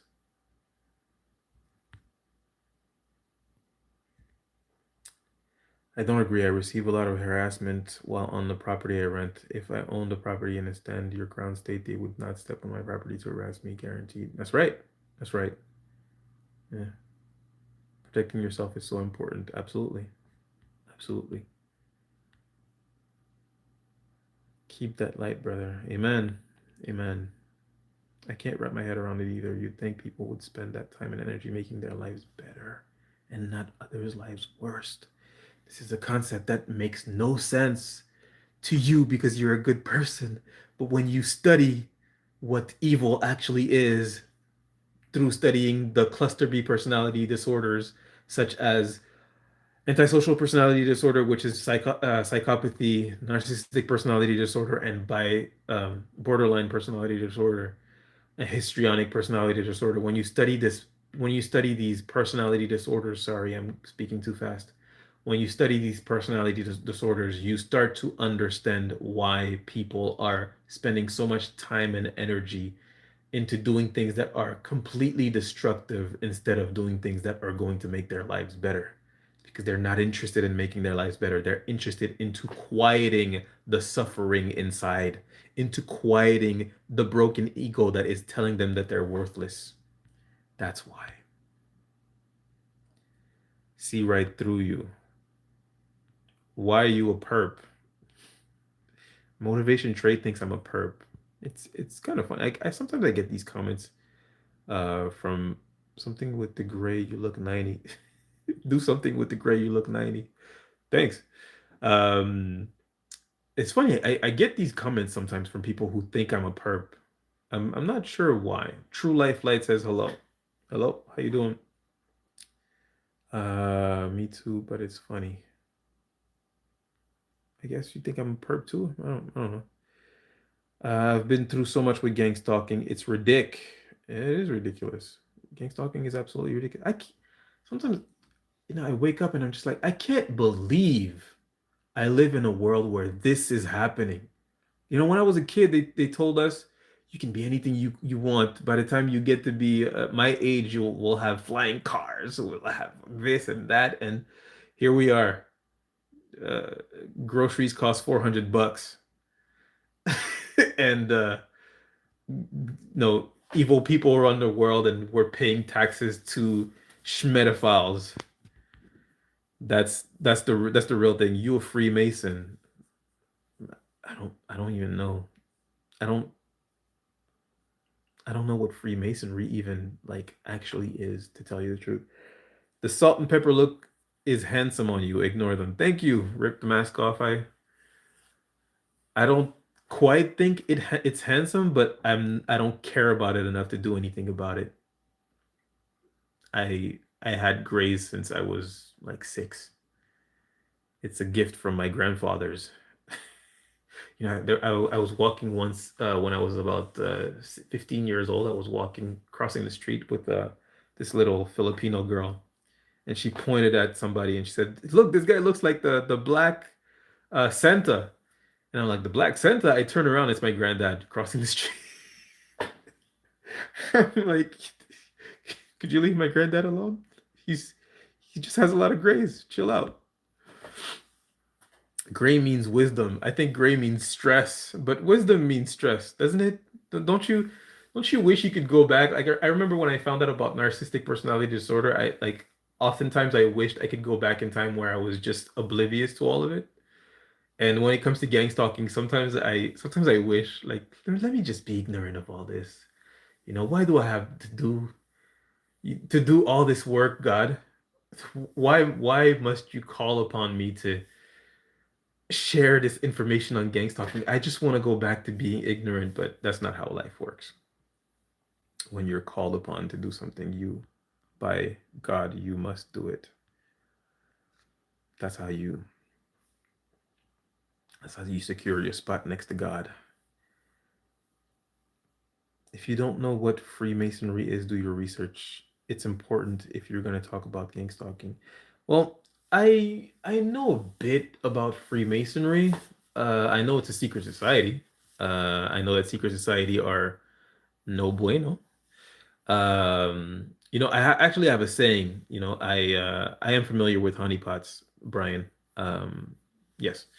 I know I have a saying about secret societies and about secrets. I It's that um, never in the history of ever has there ever been a group of people that organized in secret to do good.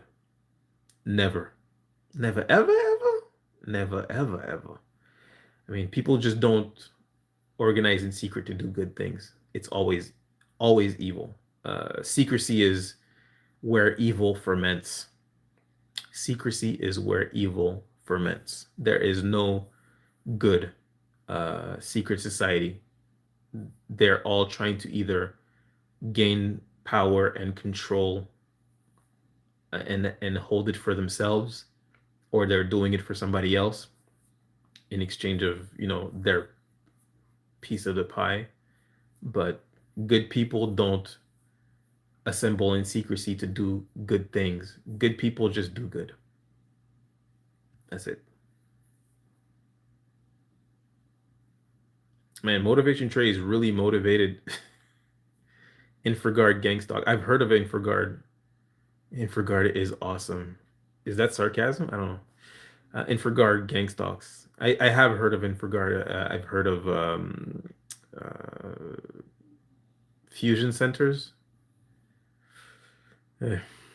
Three-letter alphabet soup agencies are very interested in this chat, I'm sure. Yeah, I thought it was sarcasm. Until I was about 15 years old, I didn't understand what sarcasm was. Because like people would explain it to me, and I was just like, what? They would be like, you say the opposite of what you mean. That's basically what sarcasm is. And I was just like, yeah, but that's lying. That's not sarcasm. You're just lying. And people were just looking at me like, where are you from, dude? And I'm like, from here. I was born here. But I just didn't get it. I didn't understand sarcasm. So yeah, that's like I was a bit socially uh not there, not quite there. Um NSA monitors everything. Yeah. I mean, what's his name? What's his name? That guy, that whistleblower. Whistleblower. I just made a video about him a couple of days ago.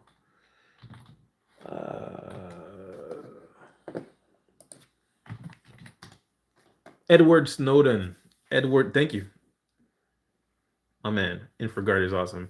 Edward Snowden warned us about the NSA, and he basically said, Edward Snowden basically said that we should be worried about surveillance because at a certain point, it no longer matters whether you're a criminal or you're not a criminal, whether you're a good person or you're not a good person. They have so much information on you that is gathered that they can just go back in the log and find something to create a narrative, And Edward Snowden understood that not only can they do it, it's what they've been doing. And now that they have this super tool to basically spy in people's lives and spy on people's phones, everybody can be a target. Truth Rises says Sabrina Wallace. Who's Sabrina Wallace? I feel like I've heard that name before. Sabrina Wallace is a former network operations tech who seemed to have some kind of breakdown drug incident oh shit, was she assassinated? I was invited to become a Freemason. I told them fuck no. Yeah, I mean, well, that's probably why you're here, honestly. That's more than likely why you're here. I know that I was watching the videos of another person that said the same thing, that they were invited to become a Freemason and now they're being gang stalked, and they believe that this is why. It might be why. I don't know your situation, but it's possibly why you're being gang stalked. Direct energy weapons. I haven't had any experience with directed energy weapons. It's a bit more rare to find victims of DEWs. I do know they exist, but I don't like to talk too much about DWs and V2K, though I believe my brother was being targeted by V2K. Um, I am very lucky to not be a victim of both things. But the reason why I don't talk about it too much is not because I don't believe in it, because it took me a really long time to start to believe in V2K. I was watching Andrew McCready, his videos on V2K. It is very real. Truth rises. I was watching his videos on gang stalking, and he was talking about directed conversation and all these things. And I was listening to him, and I was like, "How God? How could this guy know all these things that I've been going through?" And I thought I was the only person in the world. Havana syndrome, absolutely. Yeah, that's when I started believing in DWs actually. But he was talking about speaking of V2K, he was talking about all these things that I went through, and then he started talking about V2K, and he lost me. I was just like, fuck. This guy was so credible, and he was so informed on the subject, and he's saying all these things that I'm going through. I'm gonna share his videos with my family so that they stop thinking I'm crazy and I'm the only person that is going through that. And then he just starts talking about V2K, and I'm like, they're never gonna believe that. Come on, man. You're hearing voices? Give me a break, dude. And then I saw a video of this. I'm sure you guys have seen it. I'm sure you've seen it, but I saw a video of this uh, uh, college teacher that was holding up this modulator and this like beaming thing, and he was just beaming voices, like beaming a song inside the heads of the students, and you saw their reaction. And he was like, I could bounce it off the wall, and the back row only is gonna start hearing it. And I was just like, holy shit, V2K is real. And then I saw this news report about this neighborhood in California. I'm not sure if it was Fresno. I know it was like a community that there was a lot of gay people in.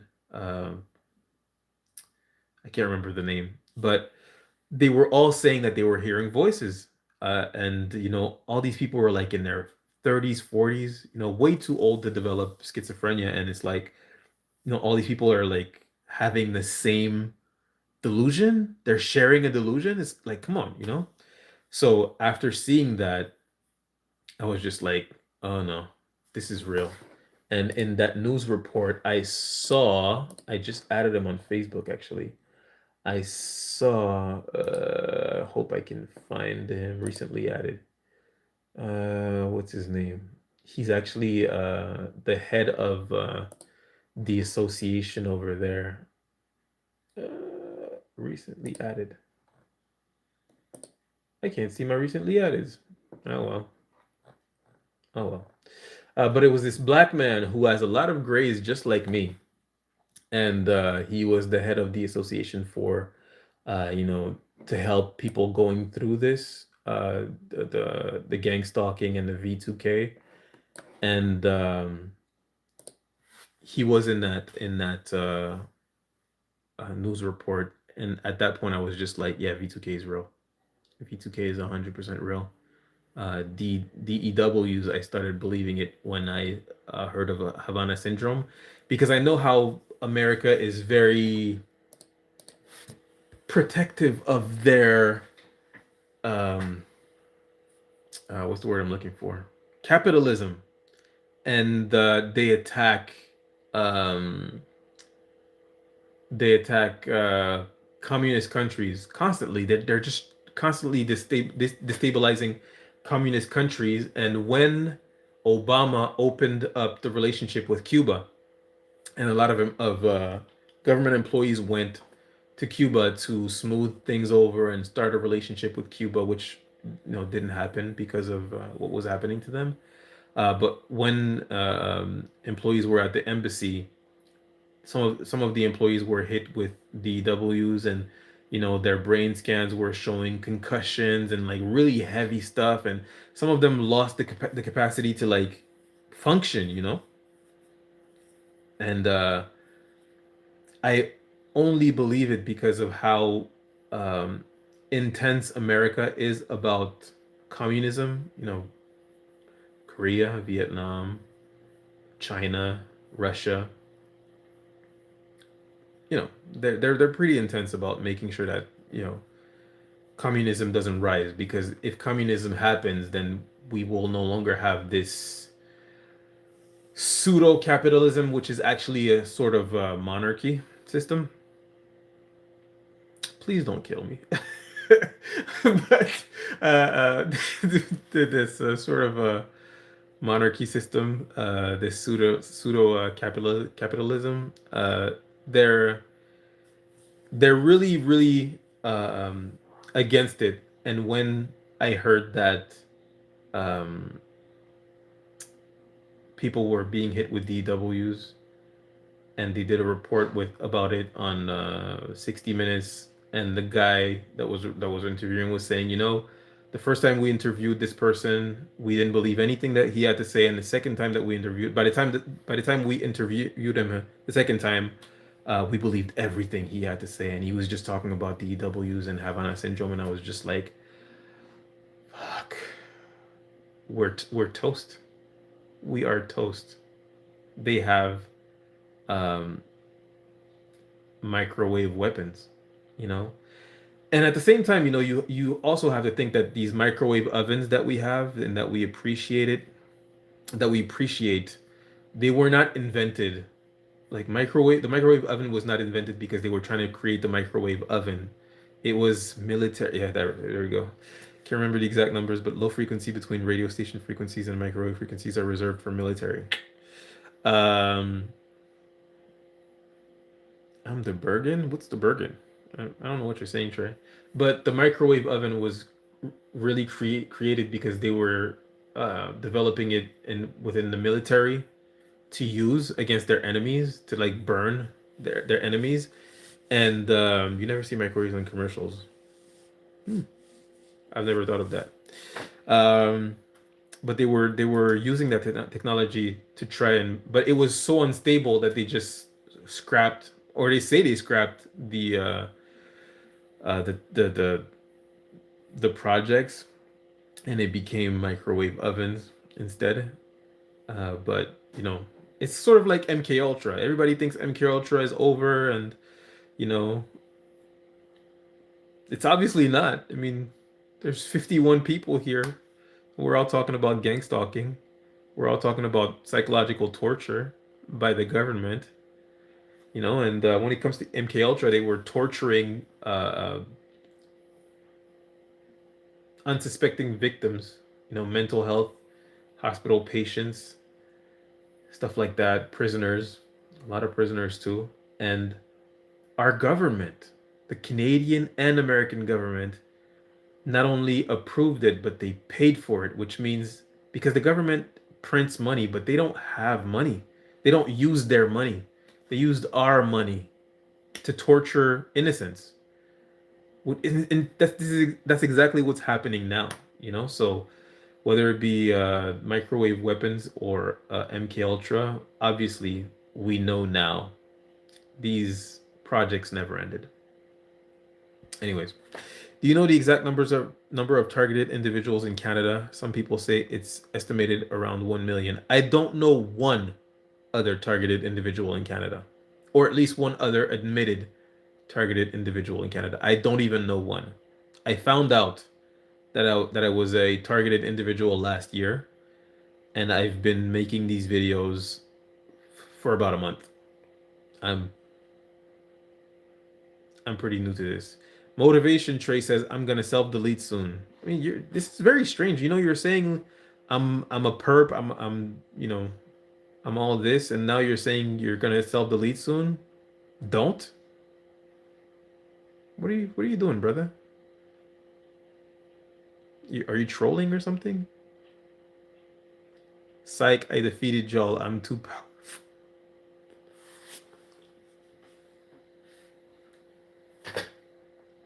You're a loser, buddy. God help us. Yeah, you know, I pray. If you're dealing with V2K, you gotta be high level. I knew, dude. in AZ 2 years ago, a gang stalking activist, in fact, who would sleep with pots and pans around him because he was getting hit. It's not a game. It's not a game, you know? It is not a game. I know why he's here. I know why he's here. He's trolling. I'm not gonna go as far as to say that like he's involved with my gang stalking. He hasn't said anything that makes me think that he's involved in my gang stalking, but I definitely think that he's trolling. He's looking for attention. Hey, you can have it. You can have it, buddy. Oh, I think I cut for a second. They're talking about Motivation Trey, Seer. Motivation Trey has been making some weird comments, saying that I'm a perp, I'm a gang stalker, and then he commented that he was going to end to self delete, and then he said, "Psych, I'm too powerful," and now he's saying I'm a real Ti. Trey, settle down. If you have a question or something you want to share, you know, go ahead. You know, we're all here to like listen to each other and share amongst each other. You know, if you want like attention, you don't have to monkey around to get attention, buddy. It's all good. Don't be afraid to seek help from other ancient spirits. Well, I'm gonna have to inform myself a bit more about that. I'm a victim in Calgary, Canada for 5 years. My life is ruined. Been moving to different places, jobs, thinking it would end, but all in vain. Yeah, that's it. That's like a common theme. People move thinking that it's gonna make things better, but within 2 weeks, usually, sometimes a month, right back to square one. It just doesn't.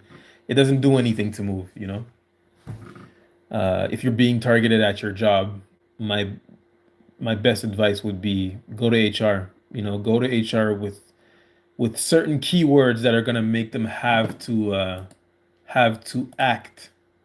You know, in fear of a lawsuit. Perhaps your troubles will end. But just leaving, doing what I did, which is leaving, going job to job or moving place to place, is just these people. These people know everything that you do. It's just not gonna help. I get enough attention 365, 24/7. Trust me. I don't trust you. They follow you everywhere. Yeah, that's right. Don't go to HR. Truth Rises says don't go to HR. Please explain why. Because they're in on it, I guess. Yeah. But at the end of the day, it's like, what are you gonna do? I think it's important to have like a sort of a paper trail, of the things you're going through if you are being abused. I think it's important to have a paper trail. What do you think, Truth Rises? Why should you not go to HR? And what should you do instead? Forget going to HR. If you guys have experience with going to HR that backfired, please share. Because me personally, by the time I went to HR, I was just asking them to fire me so that I could join this government program to start my own business. That they would only accept me in that government program to start my business if I was fired. I couldn't quit my job. I had to be fired. So I said, look, just fire me on paper and I won't make a fuss, you know, because I had a really big case against them, but I wanted to go on about my life. Motivation Trey, my uncle Robert Kelly in prison because he couldn't take me down. Yeah, you're gonna have to go, buddy. I'm real sorry, but you're gonna have to go. You're on timeout for 30 minutes. Get out of here, buddy. Get it together, Trey. Get it together. HR is for the company, not for you. That's right. HR is for the company, but if you are a threat to the company as far as a lawsuit, then HR has to make sure that you won't be an issue. And sometimes firing you is the worst thing that they can do as far as a lawsuit goes. Because if you go to them with an issue, like you say that you've been bullied, and then they fire you, and then you take that to court, I don't know if judges are bought. Of course, judges are bought. I don't know if your judge will be bought or not, but you know, the HR might think twice about not doing anything or about punishing you for um, whistleblowing. So yeah, paper trail is cool, but they already know who we are, in my opinion. Yeah, I mean, maybe, maybe not though.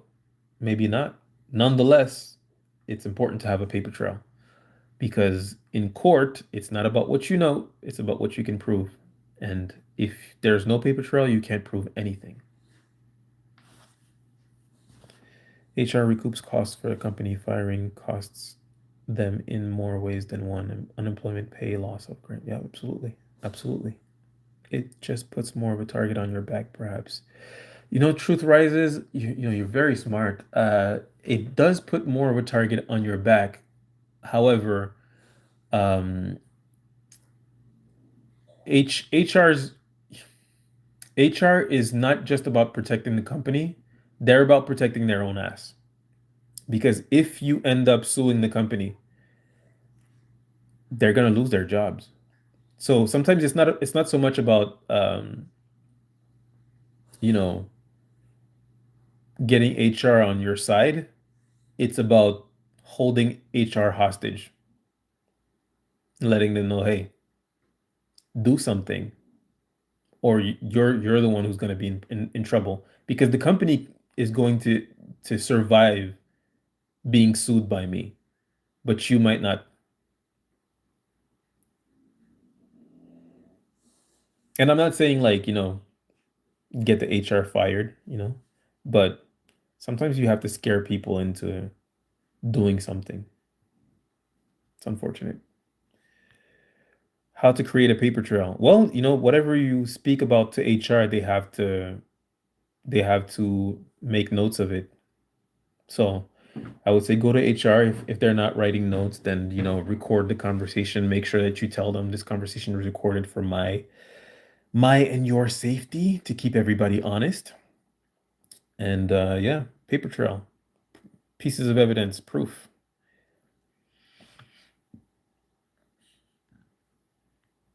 Pardon. Anybody speaks French here? I don't know why I'm asking. Esoteric Essence speaks about history of priests who are targeted by demons. Whoa, scary stuff.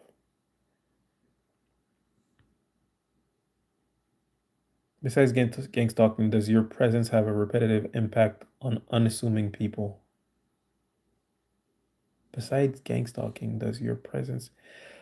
I would like you to rephrase that, please. I'm not sure I'm understanding what you mean, but I am interested by that question. Yeah, be very careful talking to HR. HR is not your friend. Before you talk to HR, thank you, Seer, by the way. Before you talk to HR, make sure you know what to say and what not to say. There are videos on YouTube that will help you with that.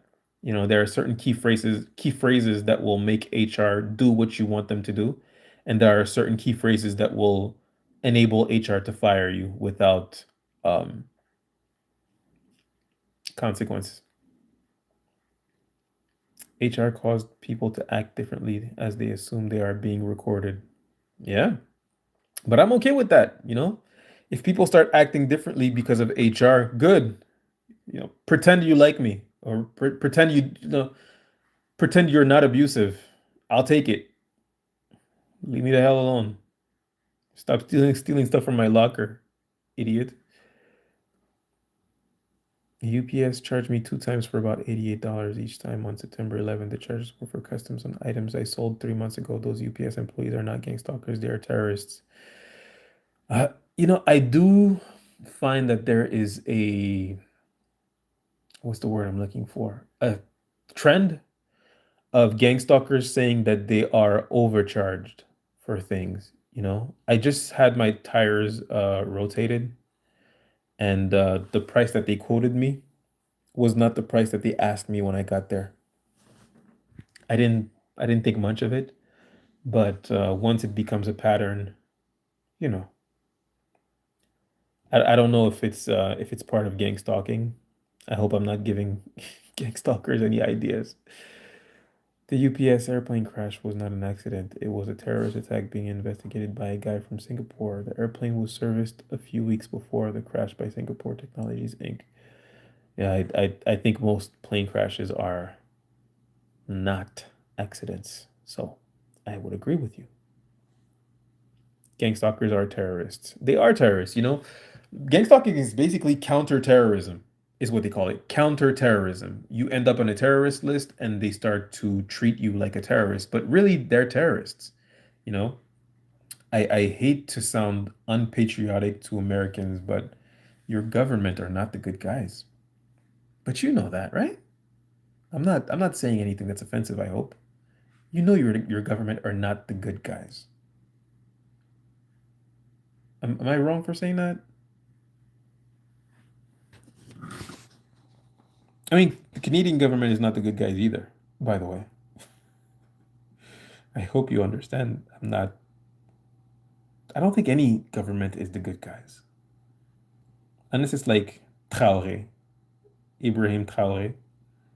I don't know if you guys know who that is, but I think he's possibly a good guy. Hopefully, he doesn't show himself to not be. Like when you are around people for the first time and they seem normal, do you impact them in ways where they kind of open up to you a little bit in a weird way?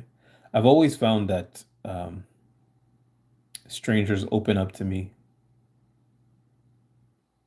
I've been told that before. You know, while I was single, I used to go on a lot of dates and I would always find it really strange that people are really like tend to like overshare with me.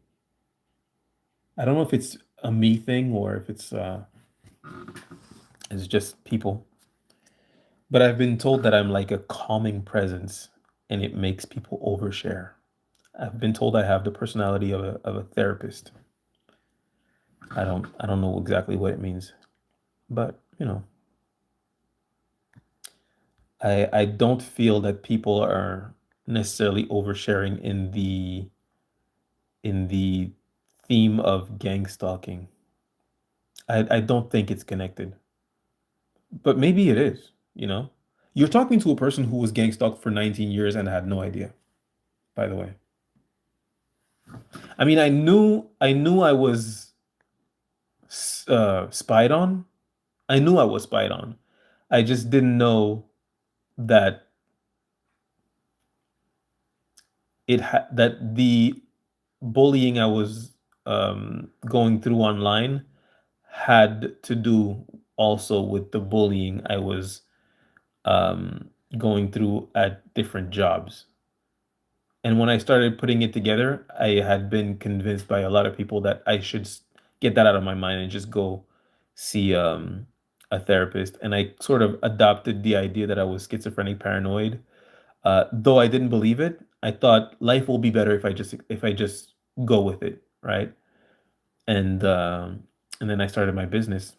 That was 10 years ago, by the way. I started my business and things were going well. And then when my business went down, that's when it went over it again. And at that point, it was not like coworkers, it was like people around me, family. And I was just like, okay, this is real, unfortunately. The perceived slight can cause some serious problems in one's life. Yes, yes. If you're having negative interactions with random strangers on a regular basis, it's taxing psychologically. I sometimes just rant on chats, especially after being pissed off by gang stalkers. My landlord tenant board hearing ended 6 hours ago. I'm still pissed off.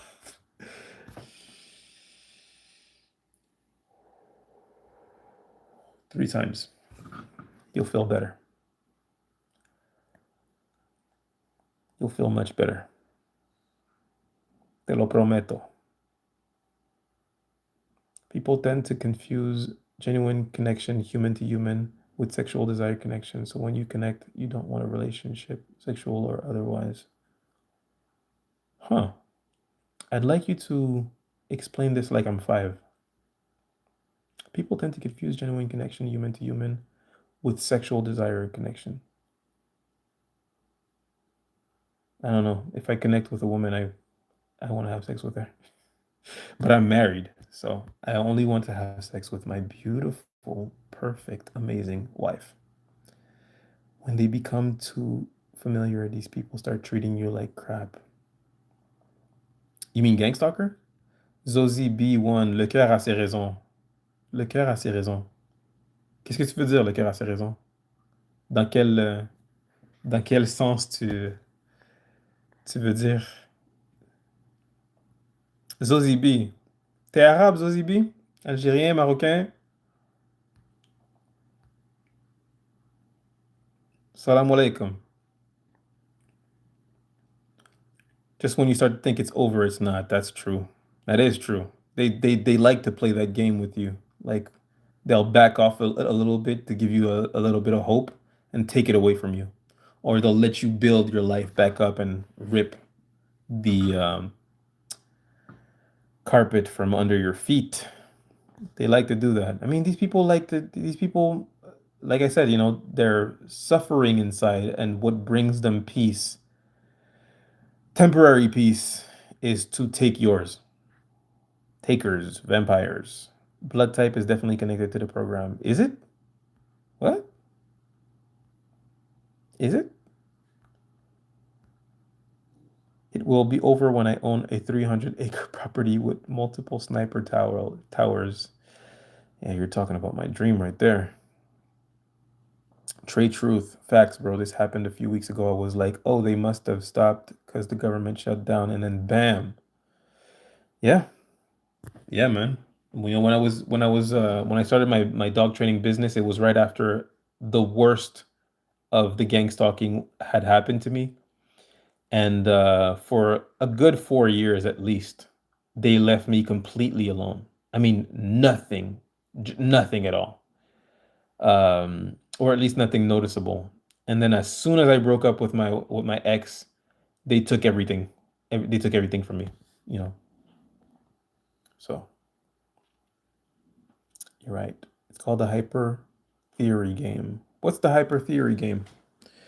This is a good chat. Help me out. I'm glad it helped you, Julius Caesar. This is why I do what I do, because it helps us to speak to each other and know that we're not alone.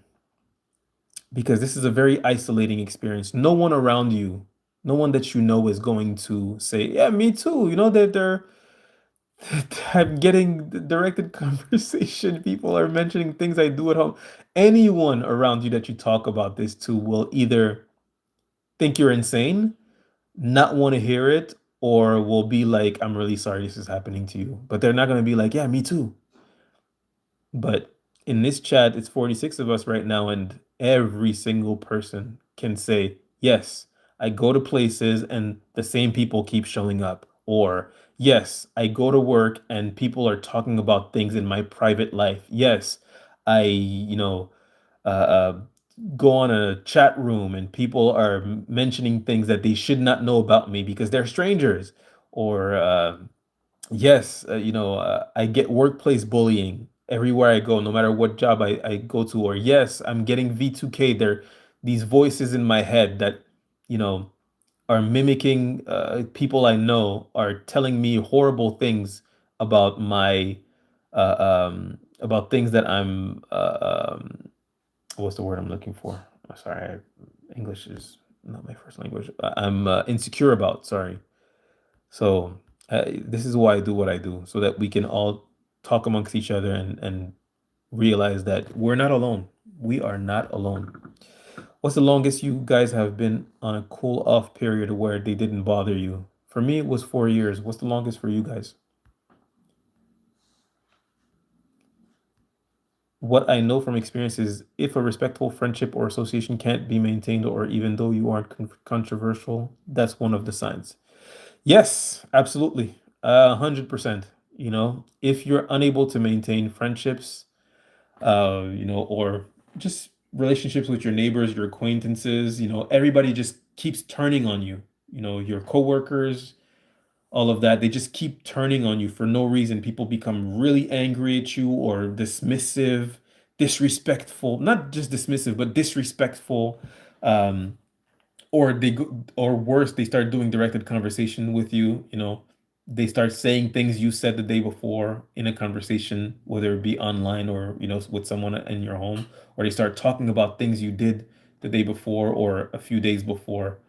If you're unable to go through life without this happening, this is not a normal occurrence. People don't just over and over and over and over mention things about your private life in conversation with you or amongst themselves within your earshot. um, that's not normal. It's called dog whistling. It's meant to make you feel like it's meant to let you know I'm spying on you, or at the very least, I'm in communications with the people spying on you. That's what it is. You know, there's nothing normal about that. If you're going through that, you're gang stalked. They started learning my routes, sorry, and like knew everywhere I would go. Yeah, yep. They track my movements. Yep. The good thing about me is I work from home, so you can't track my movements. I've only been followed once in a Canadian Tire after they slashed my wife's tire, and I went there to go get some tools to change her tire, and there was a guy there, and I noticed him before he noticed me because he had a really bad dye job. Like his hair was a brown, but it was like a really ugly brown. And I was just like, well, that hair doesn't look natural. And it was like really long hair, long curly hair. He was a white man with long curly hair. And I was just looking at like, that's a really, not curly, but like wavy hair. And I was like, this is a really bad dye job. This dye job sucks, dude. And I was just looking at him as I'm walking out of Canadian Tire. And as I'm walking out and staring at him, he stops in his tracks, looks at me, and then turns to look at his phone. And after he turned to look at his phone, and I'm looking at him the whole time, I'm walking with my tools and I'm looking at him as I'm walking, I look at him, he turns and looks at me. Like he puts his fingers to his ear, stops walking, turns and looks at me, and then looks at his phone, and then looks back at me and starts following me to my car. And that was the only time that someone actually followed me in real life, besides being followed by cars. I've been followed by cars as well. But by a person, it was the only time that I've been followed by someone. And I think that the reason why they were able to tell I was going to go to Canadian Tire, hardware store for people who are not Canadian, the reason that they knew is because they had slashed my wife's tire the day before, and they heard me say, I'm gonna fix it. So they were waiting for me there. When does it all end? When will it be over?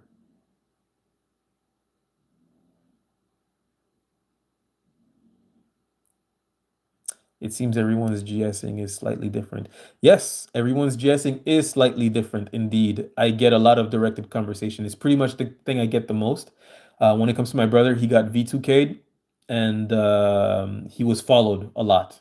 People would follow him in stores, not buy anything. He would walk out, go to a different store, and they would be there again, or they would show up again when he would go to that store, not buy anything, and they would leave when he leaves. And then when he called an Uber, the same people that were following him ended up being his Uber drivers. So that's what he went through. And it's really funny because he's my twin brother, and he refuses to hear me out, to listen to me when I try to tell him about gang stalking.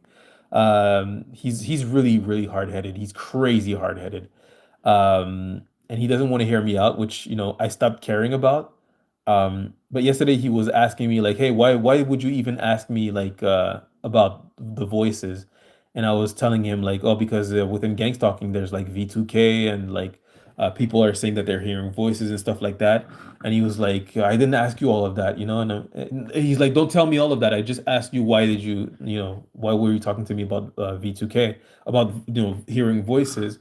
And I'm like, "Well, you asked me, you know." And then he started saying something, and I was just like, "Dude, this conversation is tedious. I don't want to talk to you about it. Leave me alone. Like, if you're not willing to even hear me out, I'm not gonna hear you out, you know. I mean, you're telling me shut up in so many words. I'm gonna tell you shut up in 2 words. Your brother is probably too scared to believe it. I do think he's too scared to believe it because it would signify too many scary things, which is one, he he wasn't able to recognize that this is um, gang stalking. He's been fooled into believing that he has schizophrenia, basically, you know, instead of thinking, oh, voices are being beamed to me, you know? And also, too, it would, to him, knowing him, because he's my twin brother, knowing him, it would mean that I'm smarter than him because I realized it before he realized it. You know, he's competitive like that. So I do think it's too scary for him, or it's just like he's in denial of it because he won't even hear me out, guys. Like he won't even let me talk about it to him. Like I get it if you don't believe me. I understand it. You know, I don't expect anyone to believe me unless they're going through it. He won't let me talk to him about it. That's there's something behind that, but I'm too busy to care. Don't give up. The Lord is very near, steadfast, and keep your faith strong. We are about to go to war. Amen. To stop talking, to stop the talking and bullying, you need to ignore them and not pay any attention. That's true. That is true. It's not going to make it stop completely, but it'll make things better. That's true. I heard if you order things, it's going to be one of them. If you order things, if you order like food, Uber Eats, live, skip the dish. I don't. We are not targeted. They are the real targeted. In a sense, in a sense. Are my messages getting through? Seems like they are being blocked. Let me repeat. Repeat what? To stop this. Oh, sorry. Sorry about that. Your messages are being received. Sorry, I was going off. I talk a lot. I talk a lot. That's why I made this YouTube page because, I can't let these people live in my head rent free. Every time I make a video, it's like physically removing people from my head. Get out. You can't live here. They can read your mind literally, hun. Been dealing with this for over a year and a half. I don't know that they can read your mind, but I would be inclined to believe that they they probably figured out some way to do that. I'm not against the idea. I just don't believe it yet. But then again, 3 weeks ago, 3 weeks ago, I didn't believe in V2K, so and now I do. Hey, been subscribed, never caught your life. What's the topic? Heard something about your brother. Hey, Honey Pepper. I'm a victim of gang stalking. I'm a targeted individual. I would strongly suggest that you visit targetedjustice.com or that you watch the documentary Cognitive Liberty Mind Control. That's what I'm going through. Have fun. This is gonna be great. You're gonna you're gonna enjoy the craziness. By my brother? No, no, no. My brother is also a victim of it. No, no, no, no. Uh, my brother is not an angel, but he wouldn't do that to me. They can predict your behavior, but not mind readers. That makes more sense, actually. Honey Pepper, did you follow me from back in the times where I was doing narcissism videos? I know I took a break for about a year. When I found out that I was being gang stalked, I took a break. Um, but is that why you followed the page? I was expecting a lot of my followers to be like, what the hell is going on with Kevin, who used to talk to us about narcissistic personality disorder, and now he's talking about this crazy gang stalking. I didn't receive any comments like that. I'm guessing that people are just not clicking on my videos anymore. The people that were interested in narcissism. But I will say I'm getting a lot more views when it comes to gang stalking, which is not what I want. I don't want to be doing this. I don't want to make these videos. I want to live my life. I got plans. I have dreams and aspirations. I don't want to be a voice among thousands of gang stalking. I just I can't in I can't not do it. I feel called to do it. I feel like it's my job. I feel like I feel like Kevin 10 years ago would have needed that. I only learned about narcissism 3 years ago. I think you came up on my For You page for that reason. Oh, I'm glad to hear it. I'm glad to hear it. I hope I helped you. I hope my information on narcissistic personality disorder helped you. In advanced ones, they could read minds and try to trigger you with that so they get a reaction. I've run a few tests. My favorite game is to mindfuck the mind readers. Interesting. For real, bro, I get you. It's Demolition Total Recall and Judge Dredd going on right now. If you know, you know. I do know, actually. That was a violent movie. I'm glad I could help you, Honey Pepper. You honor me. Thank you. We are not victims, we are soldiers on the front line. Unfortunately, you're right. I don't want to be a soldier on any front line. I wish I didn't.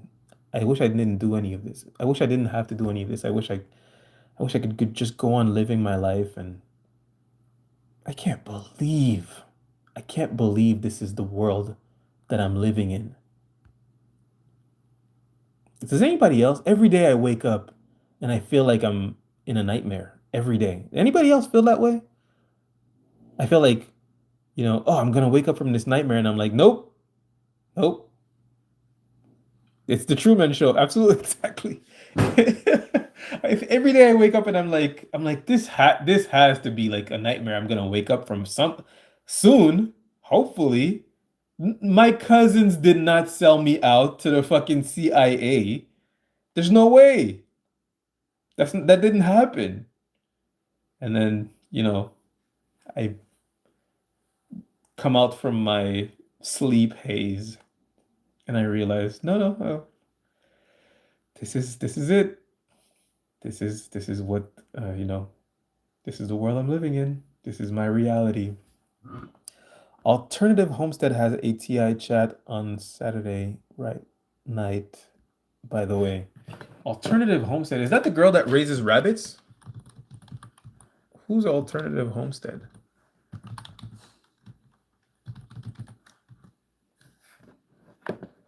It is the girl that raises rabbits, isn't it? No, no, it's not. But she kind of lives the same way as her. The cottage life? Are you talking about the cottage life? Alternative homesteading. Honestly, I want to live like her. God has your answer. Amen.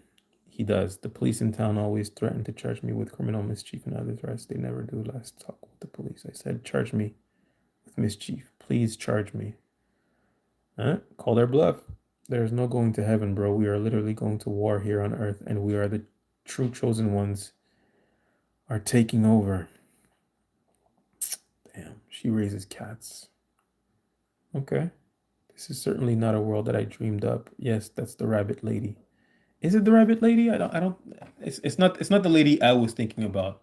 Is alternative homesteading is she a victim of gang stalking as well?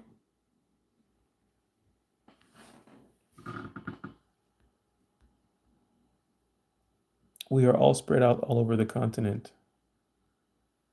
I'm in Canada, so we are spread out. All the TIs I know are either in the USA. I've spoken on the phone to one in Greece before. Um, she was in distress. Um, but yeah, pretty much. Well, actually, USA and UK is like the most common ones, but I don't know of even one. Maybe in Vancouver, I've seen. I don't know of one other TI in Canada, and I know I'm not the only one. I know for sure I'm not the only one.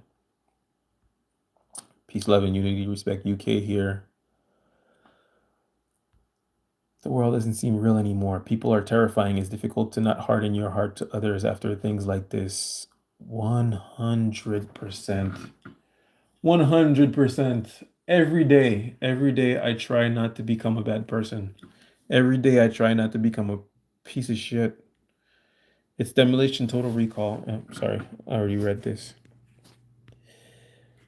Hang in there, you're not alone. I've been trying to get my story out in Atlanta. Stephanie P. Smith is from Canada. Is she? I love her page. I love her page. Are you sure about that? It's your boy Larry. Are you sure about that? Sure about what? In my situation, the government needs me. I got leverage on them. They need me, but I don't need them. Why do they need you, Mikhail? Mikhail, why do they need you? Talk to me. Cling to God in heaven. Amen. There is no point in being afraid of it. There is a big difference between fear and being prepared to defend yourself. Being aware of your surroundings will get you accused of being paranoid. Huh? Thank you for your channel and this chat. This has helped me out a lot. You honor me. Thank you.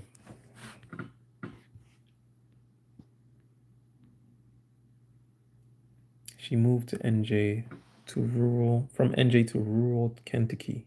Kentucky.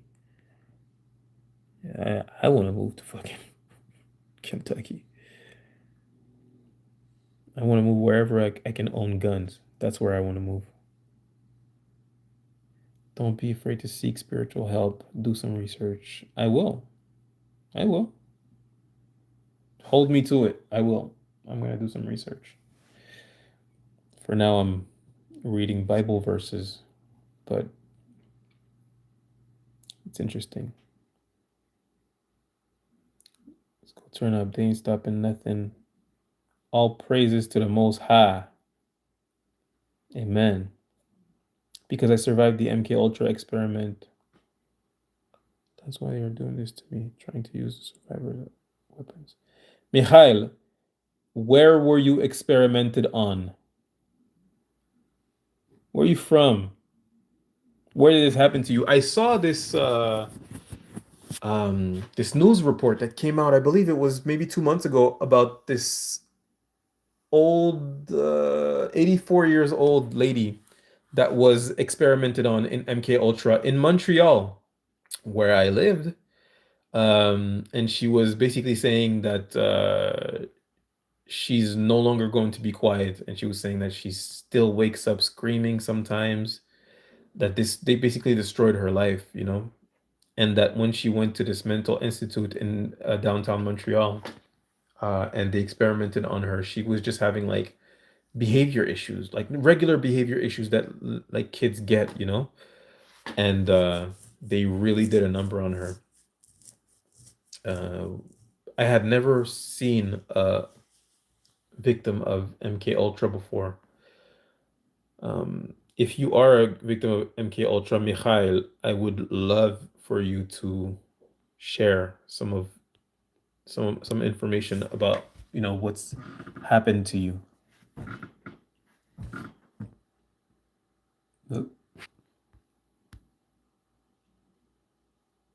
Can't believe I caught alive. Alive? You mean my live? I've been here for 2 hours and a half. You're welcome. You're welcome to share with us cold fact.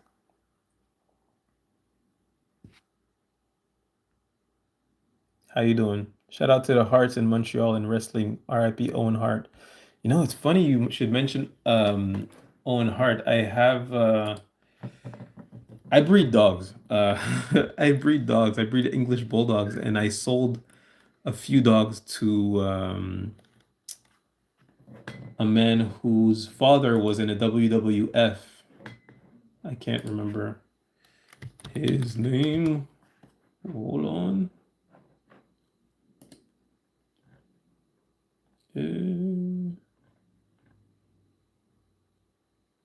What the hell?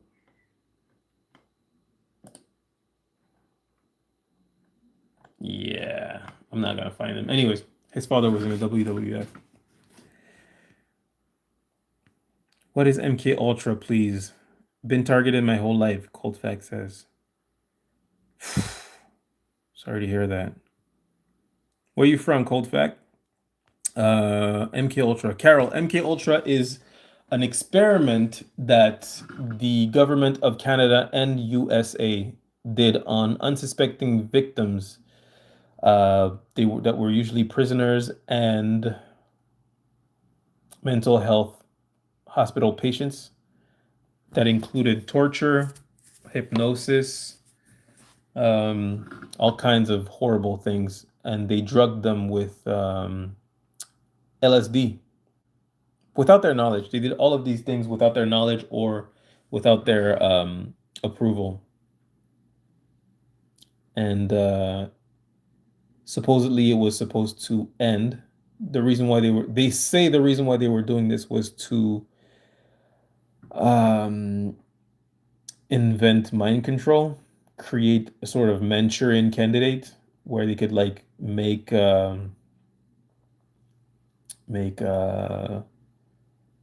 like activate people, activate soldiers in the war, in the Cold War, which never happened. We never went to war with Russia, thank God. Um, but yeah, it was an experiment on innocent innocence, and they said that MK Ultra ended, and it obviously did not. We all have MK Ultra, whether we know it or not. Some is done subliminally, sure. The CIA did all of this to me.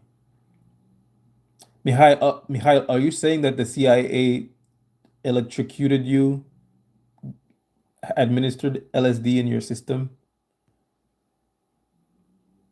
Is that what you're saying to me? How old are you, Mikhail? What is the documentary you recommended earlier? Targeted Individual 247 asks. The channel is Cognitive Liberty. Cognitive Liberty. And the documentary is Mind Control. They have two videos on their page. The documentary is Mind Control. It came out about 3 weeks ago. It's a great documentary. It's a really good one. They cover everything. Everything.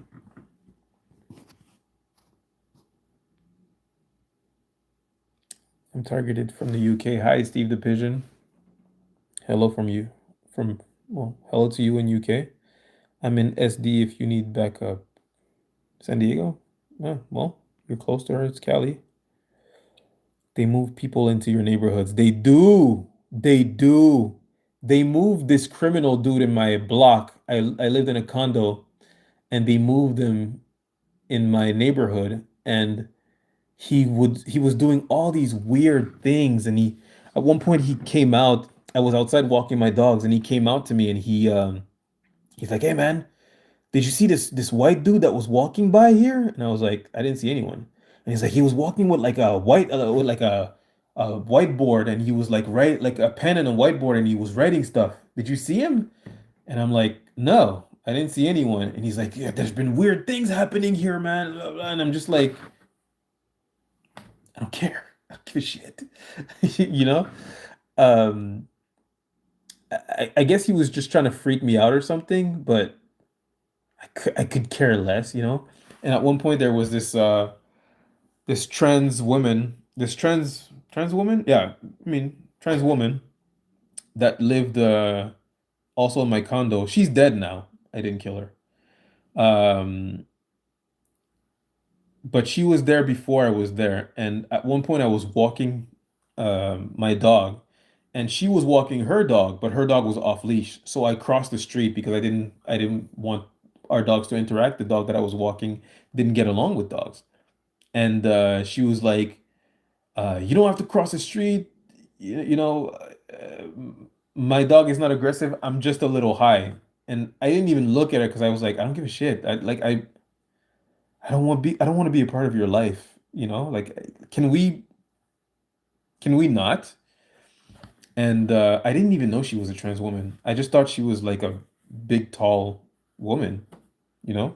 But when I showed the video, because I took a video of her, um, I think I'll post that video because it's a good one. But when she said that and I ignored her, she started following me. And as soon as she started following me, all I could think was, it's midnight. A white lady is following me. I'm a black man. I have to record this. who's gonna believe me? Who's gonna believe me, you know? So I took my phone out immediately and I just started recording her. And she was like following me, doing like reverse cheerleading, like just calling me all types of pieces of shit. I have never spoken to this lady in my life. And she's just following me as I'm walking my dog. And I'm like walking to the park next to my house to drop off a bag of poop. And she's just following me and like cussing me out, and telling me like it's because of people like you that we have issues in our neighborhoods, blah blah. And I'm just like, what the hell are you talking about? I- you know, I don't, at one point I remember turning around saying like, look, lady, I don't know you. I don't want to interact with you. Leave me alone. And I just kept walking because she didn't listen to me and she just kept following me. And then I got to the garbage bin and I threw the bag away. And when I turned around, she was right there like right there behind me. So I just went like, "Why are you following me?" And then she just went, "I'm not following you. I'm showing you around." And I was just like, "What?" So I went back and she followed me all the way back. And then once I got to, I'm laughing now, but I was really pissed off when it was happening. Because I thought it was a woman. Well, what? I'm not going to get into that. It's a trans woman. But this person was bigger than me, way bigger than me. So I took my phone out because I was like, when I hurt this person, I need proof that it's not my fault. Because you can't show up with like a white woman because I didn't know it was a woman. It was a trans woman. Uh, um, you can't show up. You can't call the cops and show up with a white woman with a broken arm or a broken elbow and a black man and say she attacked me. That's not gonna fly. So that's why I took my phone out because I was planning on hurting that person. Um, and because I felt threatened because she was bigger than me. I was like, oh, I'm gonna have to hurt her in order to like neutralize the situation. I'm so sorry, I'm rambling. But then I went back home and she followed me home. And then by the time I got to my door, she like hit the door outside and was screaming at me like, we live in the same place. You can't even let our dogs interact. And I'm like, I don't have to do shit, lady.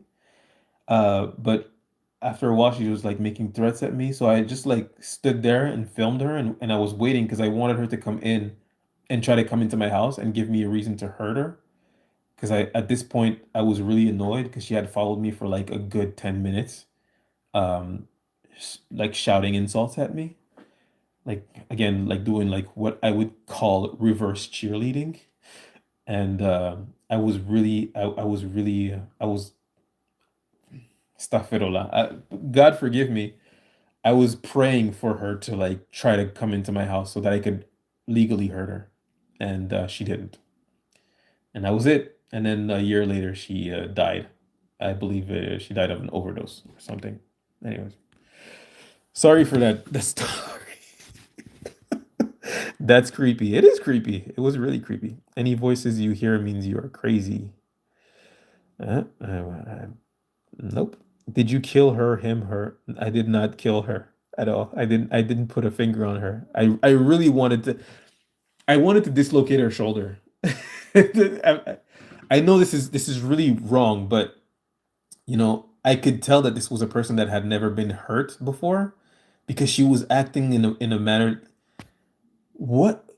I thought it was a white lady. I didn't know it was a white trans woman. I was like, why are you following a black man?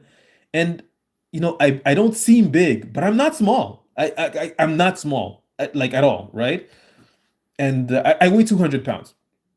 So as I'm walking, I'm just like, why is this white lady following me and hurling insults at me? At It's midnight. So I wanted to really hurt this woman because I was like, just because you're big doesn't mean anything. I'm going to hurt you like really bad, because I wanted her to learn to not do that again. But yeah, nothing happened. I did not. I did not hurt that trans woman. I would usually record everything if I'm out. Yes, yes. If you feel like something weird is happening, take your phone out, record it.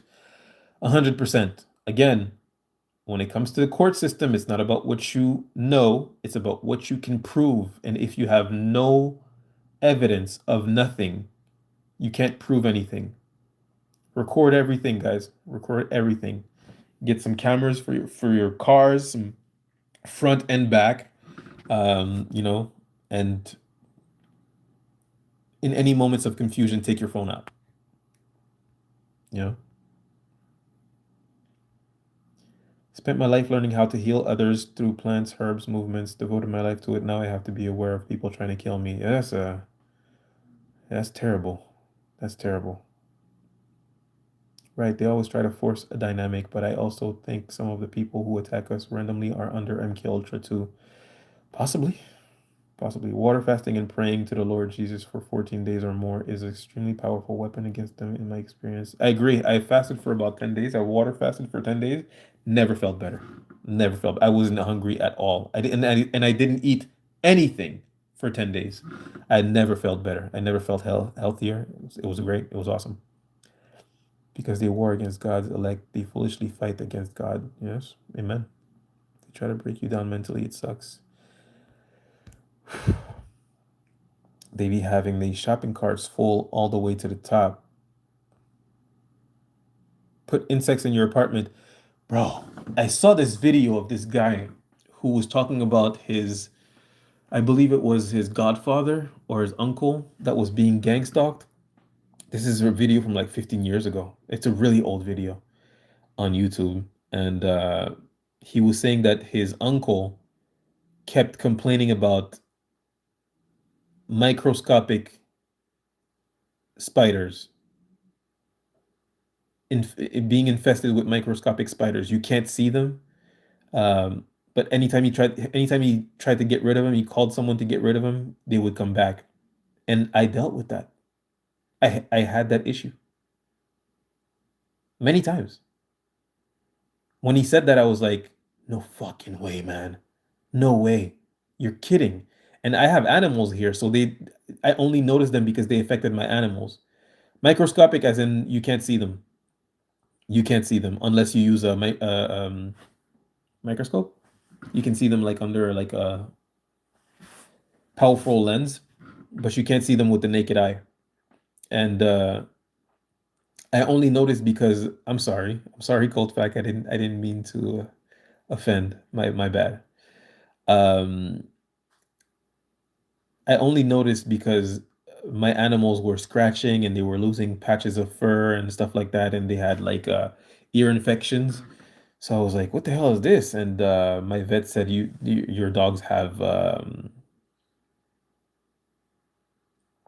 I can't remember what the word is, but she said it's something that's really common in rabbits." And I was like, "I don't have rabbits." And yeah, it's 100% true. They One of the tactics that they use is they infest your home with bugs. Actually, my brother's apartment was fumigated twice within a year because of bugs. So, but the bugs that he was fumigated for were visible. But yeah, absolutely. They're yeah, mange, ear mites, stuff like that. Yeah, but it's that's not the word I'm looking for. They have a different names.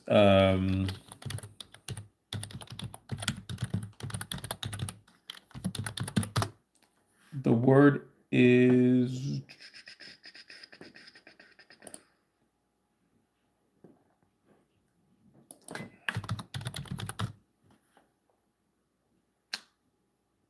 chile chile chilosis. Chile chilosis. Chile chilla. Chile chilla. Anyways, they're microscopic arachnids, and my dogs were infested with them, so I had to get them treatment. Yes, my brother is also targeted, but he refuses to see it, and he refuses to hear me out about it. He refuses to talk about it. He thinks he's schizophrenic, but I can't talk to him. And at this point, I don't want to because he annoys me because he tries to talk to me, but he won't listen to me. Who has time for that, right?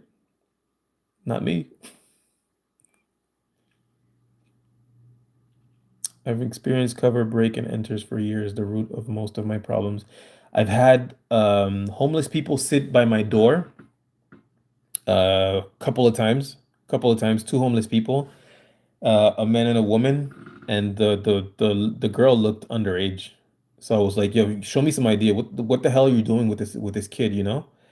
And after that, after I asked her for an idea, they stopped showing up at my door. And then I had someone come into my house and use a razor that I had never used. I don't use razors, but I had a razor and I never used it. And I came home and I saw that it had been used, and there was a wrapper for like a pastry that I'd never eat that was just sitting like on the floor in my living room. And I was just like, what the hell?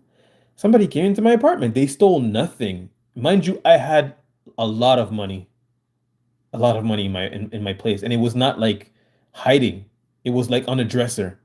I had a lot of money, like in the thousands, sitting right there, and they took nothing.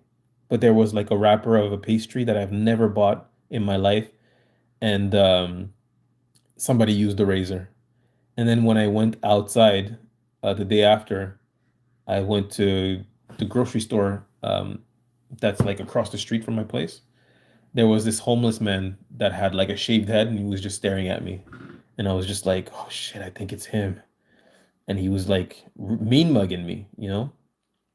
So, but I moved from that place. And the day after, I bought a Ring camera, and everything stopped happening. What's the point of it all? Your suffering sustains them. It's fucked up, right? Your suffering sustains them. They feed on your suffering. Like vampires. The more you suffer, the better they feel.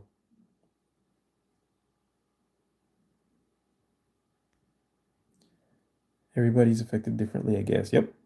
Society gaslights mental health. Yep.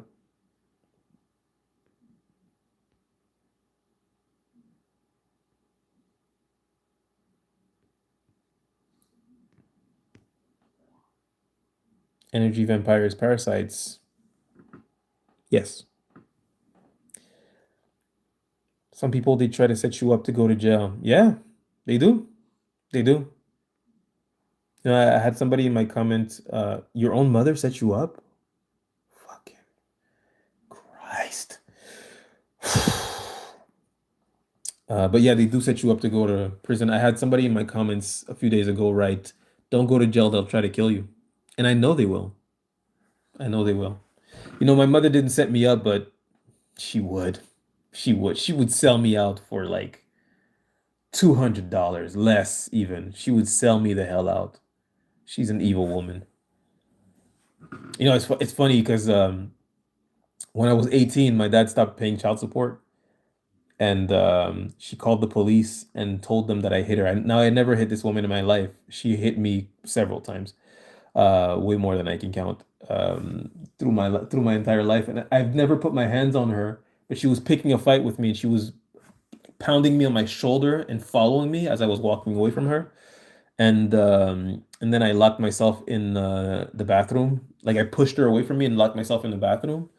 And she was knocking on a door, and then after a while she went to a room, and then I went to my room, and the next thing I knew, there was this Asian police officer lady who opened my room door and said, "Your mom said that you hit her." And that was like the last time I lived with my mom. She told them that I hit her. Now, thank God they didn't believe her, and she had no bruises. But then I went to go live with my cousin for like a month or two, and I was in college at that time. I was going to college, so I went to go live with my cousin for a while, and then my dad found out about it, and he went to come pick me up, and then I lived with my dad until his new wife uh, wanted me out. I have a great family, but I love my dad. I want to say that. My mom is in out of on what? My mom is in out on, and my mom has always been jealous of my light In my whole life, I've always been a lucky individual, and she hates it anytime I'm doing good. Yeah, keep her away. Is in on it. Okay. Sorry, sorry, sorry. It's okay. Yeah, stay away from her. I refuse to communicate with my mother. You know, my brother's dad passed away. I went to the funeral. For some reason, my mother was there. I have no idea why. Nobody know. Even I told my dad, like, what the hell is she doing here? And he just bust out laughing. And the reason why she was there is because she came to beg for money, beg for sympathy to people. Um, but she was there and she walked by me and she saw my wife, which she has never met before. And she was like, "Hello, my son that I love." And I just looked at her like, I looked at her like she had some shit on her on her lip. You know, it was just like, and she just walked off.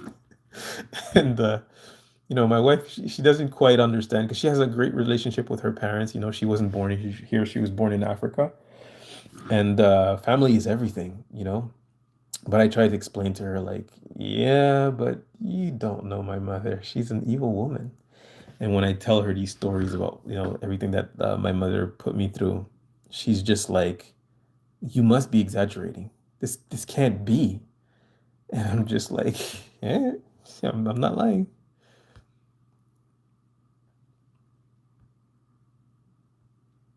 Why in the world does this shit exist? I can figure many hidden things out, but this thing I don't know.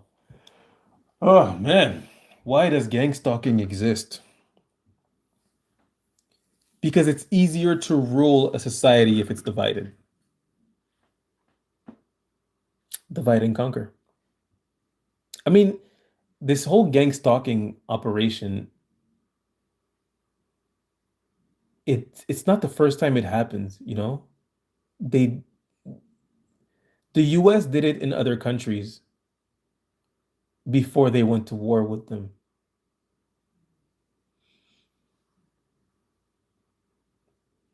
It's hard to fight against a unified front, but if they can divide all of you, have you going after your own, I'm not going to defend my neighbor if my neighbor tried to ruin my life. Your neighbor's not going to defend you if someone convinced them that you're a POS. You become an easier target. That's pretty much it. Expect war.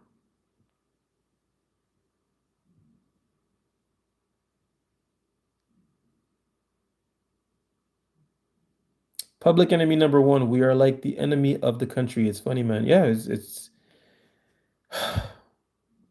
to wake up one day and realize that everyone in your life, uh, not well, to realize that like people hate you, viscerally hate you, and that at any moment anyone can join them at any moment. And sometimes, you know, they've joined already, but you just don't know it yet.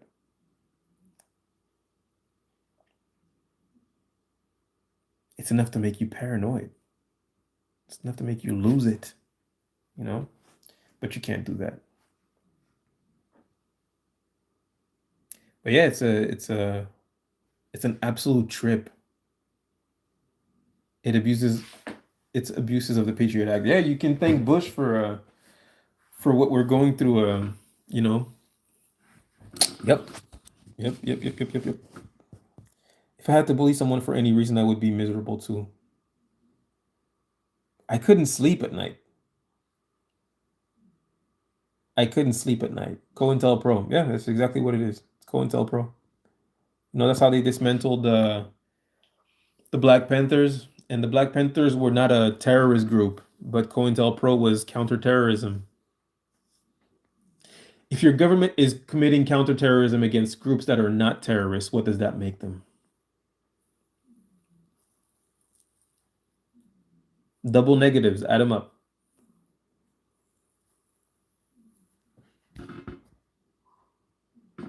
The American government is terrorist. They're terrorists. They are terrorists.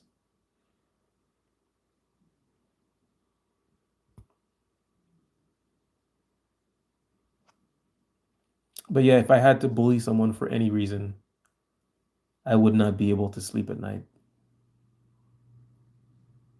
I uh I don't have that in me. I don't have it in me to be okay with people like being sad because of me or just hurting people. Such a mystery. Anyways, guys, my wife is home. I'm gonna go watch TV with my wife and the night. Thank you for joining the live. Thank you for sharing. If you guys want, we'll do another one. Um, as I always say, you deserve grace. You deserve mercy. Love yourself first. Always. Salute.